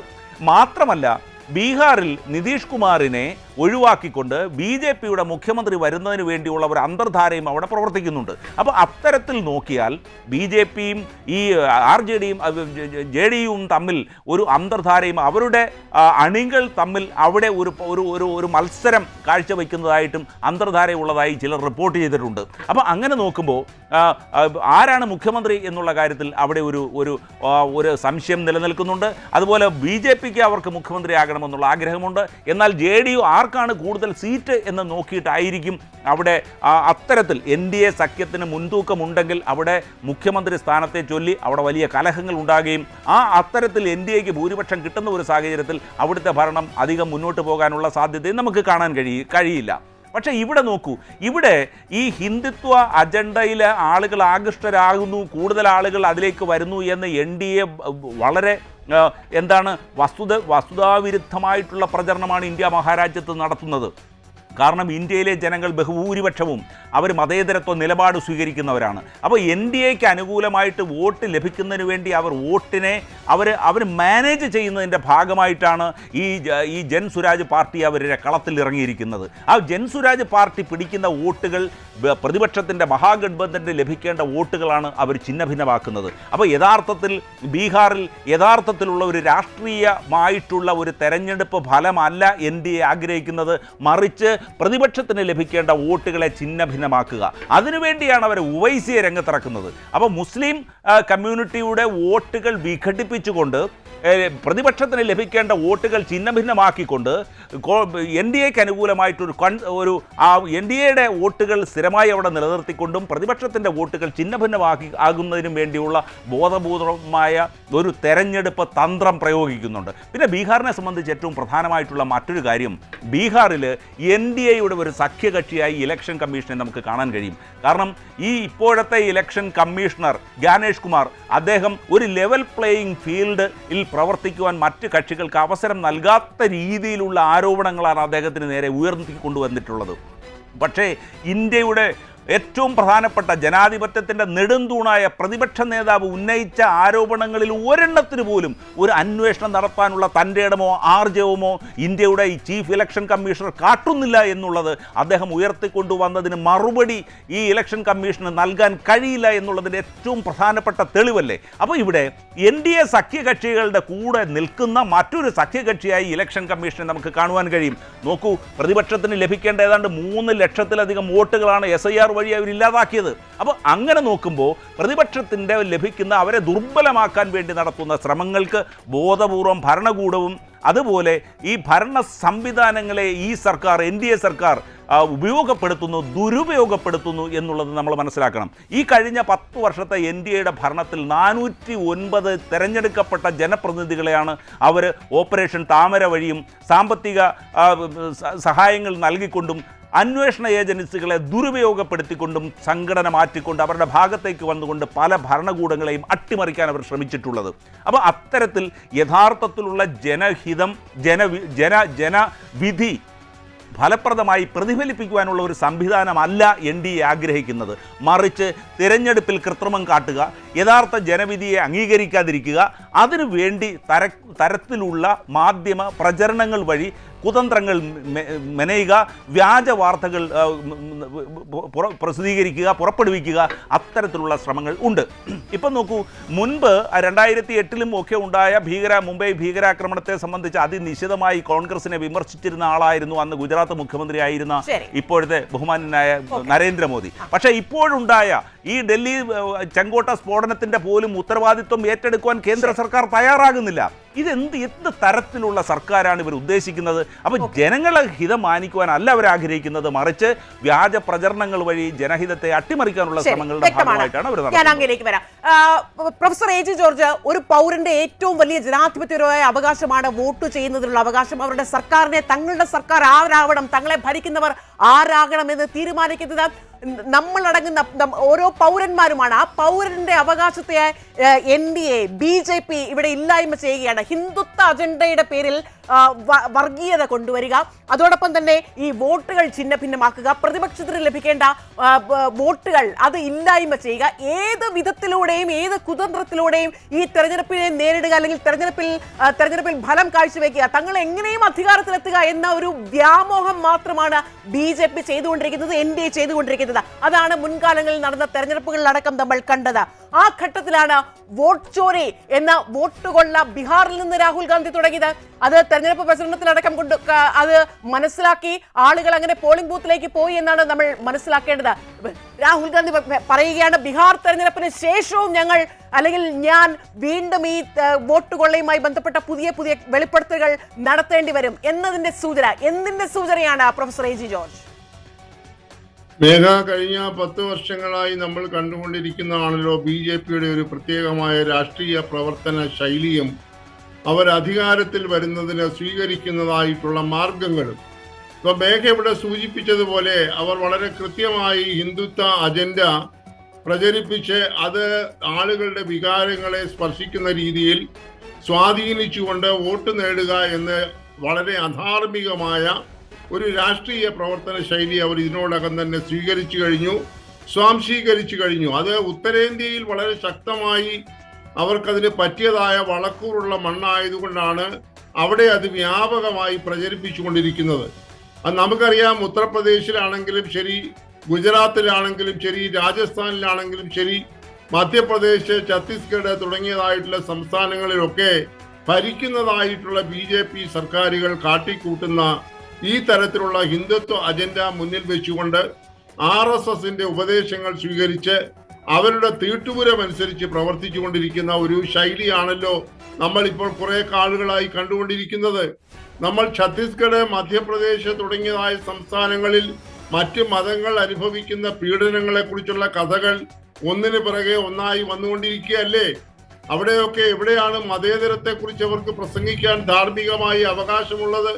ഇവിടെ മേഘ സൂചിപ്പിച്ചതുപോലെ ഇന്ത്യയുടെ ഭരണഘടനയുടെ അടിസ്ഥാന പ്രമാണങ്ങളാണ് ആർക്കും അവരാഗ്രഹിക്കുന്ന വിശ്വാസം പുലർത്തുന്നതിനും അവരനുവദിക്കുന്ന പരിധിയിൽ നിന്നുകൊണ്ട് ആ വിശ്വാസം പ്രചരിപ്പിക്കുന്നതിനുമൊക്കെയുള്ള സ്വാതന്ത്ര്യം ഇവിടെ ഹിന്ദുക്കൾക്കുണ്ട്, മുസ്ലിങ്ങൾക്കുണ്ട്, ക്രൈസ്തവർക്കുണ്ട്, പാഴ്സികൾക്കുണ്ട്, ജൈനമതക്കാർക്കുണ്ട്, ബുദ്ധമതക്കാർക്കുണ്ട്. എന്നാൽ ഒരു മതത്തിൻ്റെതായിട്ടുള്ള പ്രചാരവേല മാത്രമേ നടത്താൻ പാടുള്ളൂ എന്ന് ശഠിക്കുന്നതായിട്ടുള്ള ഈ വിശ്വ ഹിന്ദു പരിഷത്താകട്ടെ അല്ലെങ്കിൽ RSS ആകട്ടെ ഉള്ള അതുപോലെയുള്ള സംഘടനകളുടെ ഒരു സ്വാധീനത്തിലല്ലേ ഇപ്പോൾ ഈ സർക്കാരുകൾ, BJP സർക്കാരുകൾ ഇന്ത്യയിൽ മുഴുവൻ പ്രവർത്തിച്ചുകൊണ്ടിരിക്കുന്നത്? അത് നമ്മൾ എത്രയോ കാലമായി ചർച്ച ചെയ്തുകൊണ്ടിരിക്കുന്നു. അപ്പോൾ ഈ ഇന്ത്യയുടെ അടിസ്ഥാനപരമായിട്ടുള്ള മതേതര സ്വഭാവമൊക്കെ എന്നേ ഏതെങ്കിലും തട്ടിൽ ഒതുക്കിക്കൊണ്ടുള്ള വളരെ ക്രൂരമായിട്ടുള്ള ഒരു സമീപനമാണ് ഈ വിരുദ്ധമായി ഈ BJP സർക്കാർ കഴിഞ്ഞ 10 വർഷങ്ങളായി നടത്തിക്കൊണ്ടിരിക്കുന്നത് എന്നതിന്റെ കാര്യത്തിൽ യാതൊരു തർക്കവുമില്ല. ഇവിടുത്തെ ന്യൂനപക്ഷ സമുദായങ്ങൾ അനുഭവിക്കുന്നതായിട്ടുള്ള ഒരു തരത്തിൽ പറഞ്ഞു കഴിഞ്ഞാൽ വളരെ ദയനീയമായിട്ടുള്ള അവസ്ഥ നമ്മൾ വളരെയേറെ പ്ലാറ്റ്ഫോമുകൾ ഇതിനോടകം ചർച്ച ചെയ്തിട്ടുണ്ട്. എല്ലായിടത്തും ഈ പറയുന്ന മതപീഡനവും വിഭാഗീയതയും ഒക്കെ വളരെ ശക്തമായി നടത്തിക്കൊണ്ടുള്ള ഒരു മുന്നേറ്റമാണ് നടത്തിക്കൊണ്ടിരിക്കുന്നത്. RSSന്റെ അജണ്ട നടപ്പാക്കുന്ന കാര്യത്തിലൊക്കെ എത്ര ശക്തമായിട്ടുള്ള ഇടപെടലുകളാണ് ഈ പറയുന്ന BJP സർക്കാരുകൾ, കേന്ദ്ര സർക്കാരുകൾ ഉൾപ്പെടെ കഴിഞ്ഞ കാലങ്ങളിലായി നടത്തിക്കൊണ്ടിരിക്കുന്നത്. അപ്പോൾ അതൊക്കെ പകല് പോലെ വ്യക്തമാണ്. ആ ഒരു പശ്ചാത്തലത്തിലാണല്ലോ ബഹുമാനപ്പെട്ട പ്രതിപക്ഷ നേതാവ് രാഹുൽ ഗാന്ധി ഈ രാജ്യത്ത് നടക്കുന്ന ഈ തരത്തിലുള്ള വിഭാഗീയ പ്രവർത്തനങ്ങൾ, മതത്തിന്റെ അടിസ്ഥാനത്തിലുള്ള വിഭാഗീയത, ഒരു പ്രത്യേക മതത്തിനെ മാത്രമായി ഊന്നിപ്പറഞ്ഞുകൊണ്ട് തീവ്ര ഹിന്ദുത്വ നിലപാടുകൾ എന്നൊക്കെ പറഞ്ഞ് അതിവ്യാപകമായ പ്രചാരണം അഴിച്ചുവിട്ടപ്പോൾ ഇന്ത്യയിലെ സാധാരണ ജനങ്ങളൊക്കെ വളരെ ആശ്വാസത്തോടു കൂടി അതിനെ നോക്കിക്കണ്ടത്. നമ്മളെല്ലാം കണ്ടതാണല്ലോ അദ്ദേഹത്തിന്റെ ഈ വോട്ട് ചോരി വിഷയം സംബന്ധിച്ചുള്ള യാത്രയിൽ ആളുകൾ നടത്തിയതായ പ്രതികരണങ്ങൾ, ആളുകൾ കാട്ടിയതായ സഹകരണം, ആളുകളുടെ വേദനകളുമായി പങ്കുവയ്ക്കുന്നതായിട്ടുള്ള കാര്യങ്ങളൊക്കെ നമ്മൾ എത്രയോ പ്രാവശ്യം കണ്ടിരിക്കുന്നു. ആളുകളുടെ ഇടയിൽ മാനസികമായി ആ തരത്തിലുള്ള ഒരു മാറ്റം ഉണ്ടെങ്കിൽ പോലും അതിനെയെല്ലാം അടിച്ചമർത്തുന്ന രീതിയിലുള്ള പ്രലോഭനങ്ങളും ഭീഷണിയും കൊണ്ടാണ് പലപ്പോഴും ഈ BJP സർക്കാരുകൾ ഇന്ത്യയുടെ വടക്കൻ മേഖലകളിൽ, പ്രത്യേകിച്ച് ഉത്തരേന്ത്യൻ സംസ്ഥാനങ്ങൾ നടത്തിക്കൊണ്ടിരിക്കുന്നതെന്ന കാര്യത്തിൽ തർക്കമില്ല. അവർക്ക് ഇതുപോലെ അത് ചൂഷണം ചെയ്യുന്നതിനായി ഇടയ്ക്കിടയ്ക്ക് കിട്ടുന്ന ചില സംഭവങ്ങളാണല്ലോ ഇപ്പോൾ ഡൽഹി ഫോർട്ടിൽ, റെഡ് ഫോർട്ടിൽ നടന്നതായിട്ടുള്ള സ്ഫോടനം, പുൽവാമ സംഭവം തുടങ്ങിയതൊക്കെ അവര് രാഷ്ട്രീയമായ നേട്ടത്തിന് മുതലെടുക്കുന്നതിനായി ഉപയോഗിച്ചു പോലും നമ്മൾ കണ്ടിട്ടുള്ളതാണ്. ഇപ്പോഴും ഡൽഹിയിൽ ഇന്നലെ നടന്ന സ്ഫോടനത്തിന്റെ യഥാർത്ഥ ചിത്രം എന്താണെന്ന് വരച്ചു കാട്ടാൻ ഈ അന്വേഷണ ഏജൻസികൾക്ക് സാധിക്കുന്നില്ല. ചാവേർ സ്ഫോടനമാണെന്ന് ആദ്യം പറഞ്ഞു, ഇപ്പോൾ പറയുന്നു ചാവേർ സ്ഫോടനമല്ല, രക്ഷപ്പെടാൻ ശ്രമിച്ചപ്പോൾ വാഹനത്തിലുണ്ടായിരുന്ന ബോംബുകൾ പൊട്ടിത്തെറിച്ചതാണ് എന്നൊക്കെ നാനാവിധമായ നറേറ്റീവ്സ് ആണ് ഇപ്പോൾ പ്രചരിച്ചുകൊണ്ടിരിക്കുന്നത്. അതെല്ലാം നമുക്കറിയാം, ബീഹാറിലെ തെരഞ്ഞെടുപ്പിന്റെ തൊട്ട് തലേന്ന് ഈ പറയുന്ന ചെങ്കോട്ടയിൽ സ്ഫോടനം ഉണ്ടായപ്പോൾ അതിനെ നമുക്ക് നിസ്സാരവൽക്കരിക്കാൻ സാധ്യമല്ല. അതിനൊക്കെ വളരെ വളരെ ദൂരവ്യാപകങ്ങളായിട്ടുള്ള പ്രത്യാഘാതങ്ങൾ ഉണ്ടാകുന്ന വ്യാഖ്യാനങ്ങൾ ഉണ്ട് എന്ന കാര്യം നമ്മൾക്ക് വിസ്മരിച്ചുകൂടാ. അപ്പോൾ ഇതൊക്കെ ഒരു തരത്തിൽ പ്രത്യേകമായി ആസൂത്രണം ചെയ്തുണ്ടാക്കുന്ന സന്ദർഭങ്ങളാവുകയും ആ സന്ദർഭങ്ങളിൽ നിന്നുകൊണ്ട് ഏത് മാർഗത്തിലും അധികാരം പിടിച്ചെടുക്കാൻ എങ്ങനെ സാധിക്കും എന്ന് ആലോചിക്കുകയും ചെയ്യുന്ന ഒരു രീതിയാണ് BJP കഴിഞ്ഞ കുറെ നാളുകളായി, വർഷങ്ങളായി ഇന്ത്യയിൽ നടത്തിക്കൊണ്ടിരിക്കുന്നത്. നമുക്കറിയാമല്ലോ, പാർലമെന്റിലൊക്കെ നടക്കുന്ന ചർച്ചകളുടെ സ്വഭാവം എത്ര ഏകപക്ഷീയമായി സ്വേച്ഛാധിപത്യപരമായിട്ടാണ് അധികാരത്തിലിരിക്കുന്ന ആളുകൾ, ബഹുമാനപ്പെട്ട നരേന്ദ്രമോദിയും അദ്ദേഹത്തിന്റെ കൂടെ നിൽക്കുന്നതായിട്ടുള്ള ശ്രീ അമിത്ഷായും ഒക്കെ പ്രതിപക്ഷത്തോട് സ്വീകരിക്കുന്ന സമീപനമൊക്കെ നമ്മൾ കണ്ടതല്ലേ. ഒരുമാതിരി നമ്മൾ നാടൻ ഭാഷയിൽ പറഞ്ഞ ദോശ ചുടുന്ന ലാഘവത്തോടുകൂടിയല്ലേ ബില്ലുകൾ പാസ്സാക്കിക്കൊണ്ട് പോകുന്നത്. പാർലമെന്റിൽ ചർച്ചയില്ല. അപ്പോൾ ആ തരത്തിലേക്ക് കാര്യങ്ങളെ രൂപപ്പെടുത്താൻ ബോധപൂർവമായിട്ടുള്ള ഒരു സംഘം BJPയിൽ പ്രവർത്തിക്കുന്നുണ്ട്. അതുകൊണ്ട് വോട്ടിൽ കൃത്രിമമുണ്ട്. നേരത്തെ പറഞ്ഞതുപോലെ ഈ പറയുന്ന കേന്ദ്ര തെരഞ്ഞെടുപ്പ് കമ്മീഷന്റെ വിശ്വാസ്യത പോലും ചരിത്രത്തിൽ ഒരിക്കലും ഉണ്ടാകാത്ത വിധം നഷ്ടപ്പെടുത്തിയതായിട്ടുള്ള സങ്കടകരമായിട്ടുള്ള ഒരവസ്ഥയിലാണ് ഇന്ന് നമ്മൾ ഇന്ത്യ മഹാരാജ്യം നിൽക്കുന്നത് എന്നാണ് ഇതിൽ നിന്ന് നാം മനസ്സിലാക്കുന്നത്. വ്യക്തമാണ്. ഞാൻ അങ്ങയിലേക്ക് അല്പസമയത്തിനകം മടങ്ങിയെത്തുകയും ചെയ്യാം. ബി റജി, ഇവിടെ നോക്കൂ, ഈ ആളുകളുടെ വിശ്വാസത്തെ തന്നെ അതിനെ തടസ്സപ്പെടുത്തിക്കൊണ്ട്, ആ വിശ്വാസത്തേക്ക് ഇല്ലാതാക്കിക്കൊണ്ടാണ് NDA ഓരോ ഘട്ടത്തിലും ഓരോ തെരഞ്ഞെടുപ്പിലും ഒക്കെ ഇങ്ങനെ മുൻപോട്ട് പോകുന്നത്. നോക്കൂ, വോട്ടുകൊള്ള രാഹുൽ ഗാന്ധി ഉയർത്തിയതാണ്.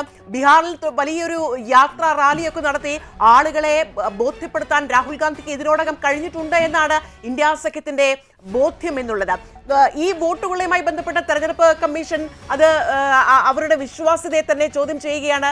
രാഹുൽ ഗാന്ധി ഉയർത്തിയ ഓരോരോ വ്യക്തമായ ചോദ്യങ്ങൾ തെളിവുകൾ സഹിതമാണ് ഈ കഴിഞ്ഞ 3 വാർത്താ സമ്മേളനങ്ങൾ നടത്തിയത്. പക്ഷേ അപ്പോഴും BJPയോ തെരഞ്ഞെടുപ്പ് കമ്മീഷനോ അതിൽ ഒരു വാക്കുപോലും പ്രതികരിച്ചിട്ടില്ല. ലാഘവ ബുദ്ധിയോടെ അതിനെ തള്ളിക്കളയുകയാണ്.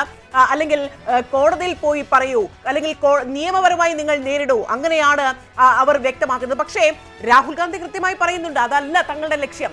തങ്ങൾ ഈ കാണുന്ന കാര്യങ്ങളെ പുറത്തേക്ക് കൊണ്ടുവരിക, അല്ലെങ്കിൽ തെളിവുകൾ സഹിതം ആളുകളുടെ മധ്യത്തിലേക്ക് കൊണ്ടുവരിക എന്നതിനപ്പുറത്തേക്ക് തെരഞ്ഞെടുപ്പ് കമ്മീഷനാണ് അത്തരത്തിൽ അങ്ങനെ എന്തെങ്കിലും സംഭവിച്ചിട്ടുണ്ടെങ്കിൽ, ചെറിയ കാര്യമായിക്കൊള്ളട്ടെ വലിയ കാര്യമായിക്കൊള്ളട്ടെ, എന്തെങ്കിലും സംഭവിച്ചിട്ടുണ്ടെങ്കിൽ നടപടി എടുക്കേണ്ടത് തെരഞ്ഞെടുപ്പ് കമ്മീഷനാണ്. ഇവിടെ തെരഞ്ഞെടുപ്പ് കമ്മീഷൻ മൗനം പാലിക്കുകയാണ്. അങ്ങനെ തെരഞ്ഞെടുപ്പ് കമ്മീഷന്റെ വിശ്വാസ്യതയെ പോലും ചോദ്യം ചെയ്യപ്പെടുന്ന ഒരു സാഹചര്യത്തിലാണ് ബീഹാർ പോളിംഗ് ബൂത്തുകളിൽ എത്തിയത്.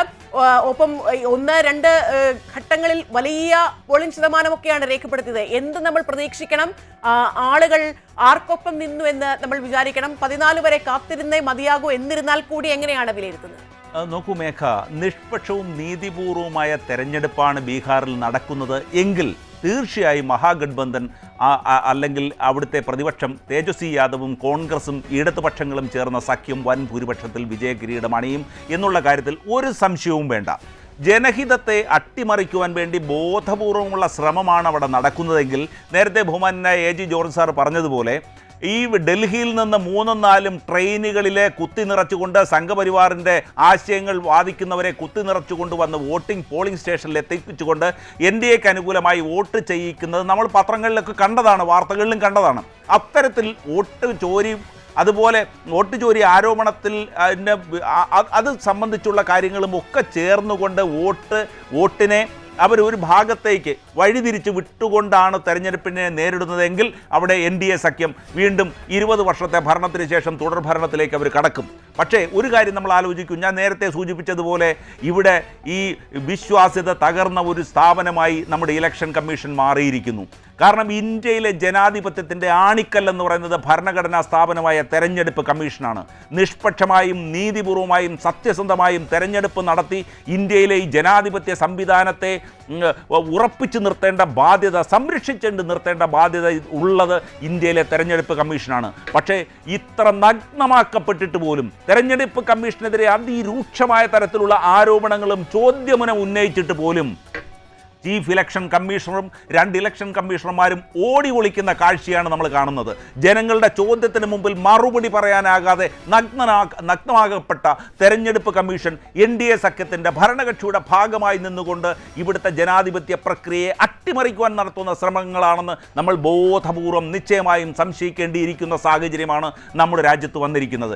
കാരണം 146 MPമാരെ ഇന്ത്യയുടെ പാർലമെൻറ്റിൽ നിന്ന് സസ്പെൻഡ് ചെയ്തുകൊണ്ടാണ് ഈ തെരഞ്ഞെടുപ്പ് കമ്മീഷൻ്റെ നിയമന പ്രക്രിയയെ അതിജീവിക്കുവാനുള്ള അതിൽ വെള്ളം ചേർക്കുവാനുള്ള തീരുമാനങ്ങളുമായി ഈ NDA സർക്കാർ, രണ്ടാം മോദി സർക്കാർ നടപടി സ്വീകരിക്കുകയും അതിൻ്റെ അടിസ്ഥാനത്തിൽ ചില നിയമങ്ങൾ നിർമ്മിക്കുകയും ചെയ്തത്. അപ്പോൾ അത്തരത്തിലുള്ള നിയമങ്ങളുടെ പിൻബലത്തിലാണ് തെരഞ്ഞെടുപ്പ് കമ്മീഷൻ്റെ വിശ്വാസ്യത അപ്പടെ തകർത്തുകൊണ്ട് ഈ തെരഞ്ഞെടുപ്പ് കമ്മീഷനിൽ ഇപ്പോൾ നിൽക്കുന്നത്. അപ്പോൾ അതിൻ്റെ അടിസ്ഥാനത്തിൽ തെരഞ്ഞെടുപ്പ് കമ്മീഷൻ പോലും NDAയുടെ സഖ്യമായി. സമയപരിധി ഉള്ളതുകൊണ്ട് ഞാൻ ഇടപെടുകയാണ്. B Reji, professor AG George എന്നിവർക്ക് നന്ദി പറയുകയാണ്. ഭൂരിഭാഗം എക്സിറ്റ് പോൾ ഫലങ്ങളും NDA സഖ്യത്തിന് മുൻതൂക്കം പറയുമ്പോൾ ജേർണൽ മിറർ നൽകുന്നത് ഇന്ത്യ സഖ്യത്തിന് ഭൂരിപക്ഷം നൽകുന്ന, അല്ലെങ്കിൽ ആ കൂട്ടുകെട്ട് തേജസ്വിക്കും രാഹുൽ ഗാന്ധിക്കും കൂട്ടുകെട്ടിന് ആത്മവിശ്വാസം പകരുന്ന എക്സിറ്റ് പോൾ ഫലങ്ങളാണ്. ഇന്ത്യ സഖ്യം അധികാരം പിടിക്കുമെന്ന പ്രവചനം 130 മുതൽ 140 വരെ സീറ്റ് നേടുമെന്നാണ് ഇന്ത്യ സഖ്യം, അങ്ങനെയാണ് ആ എക്സിറ്റ് പോൾ ഫലം പറയുന്നത്. അതേസമയം NDA സഖ്യം 100 മുതൽ 110 വരെ സീറ്റിൽ ഒതുങ്ങുകയും ചെയ്യും.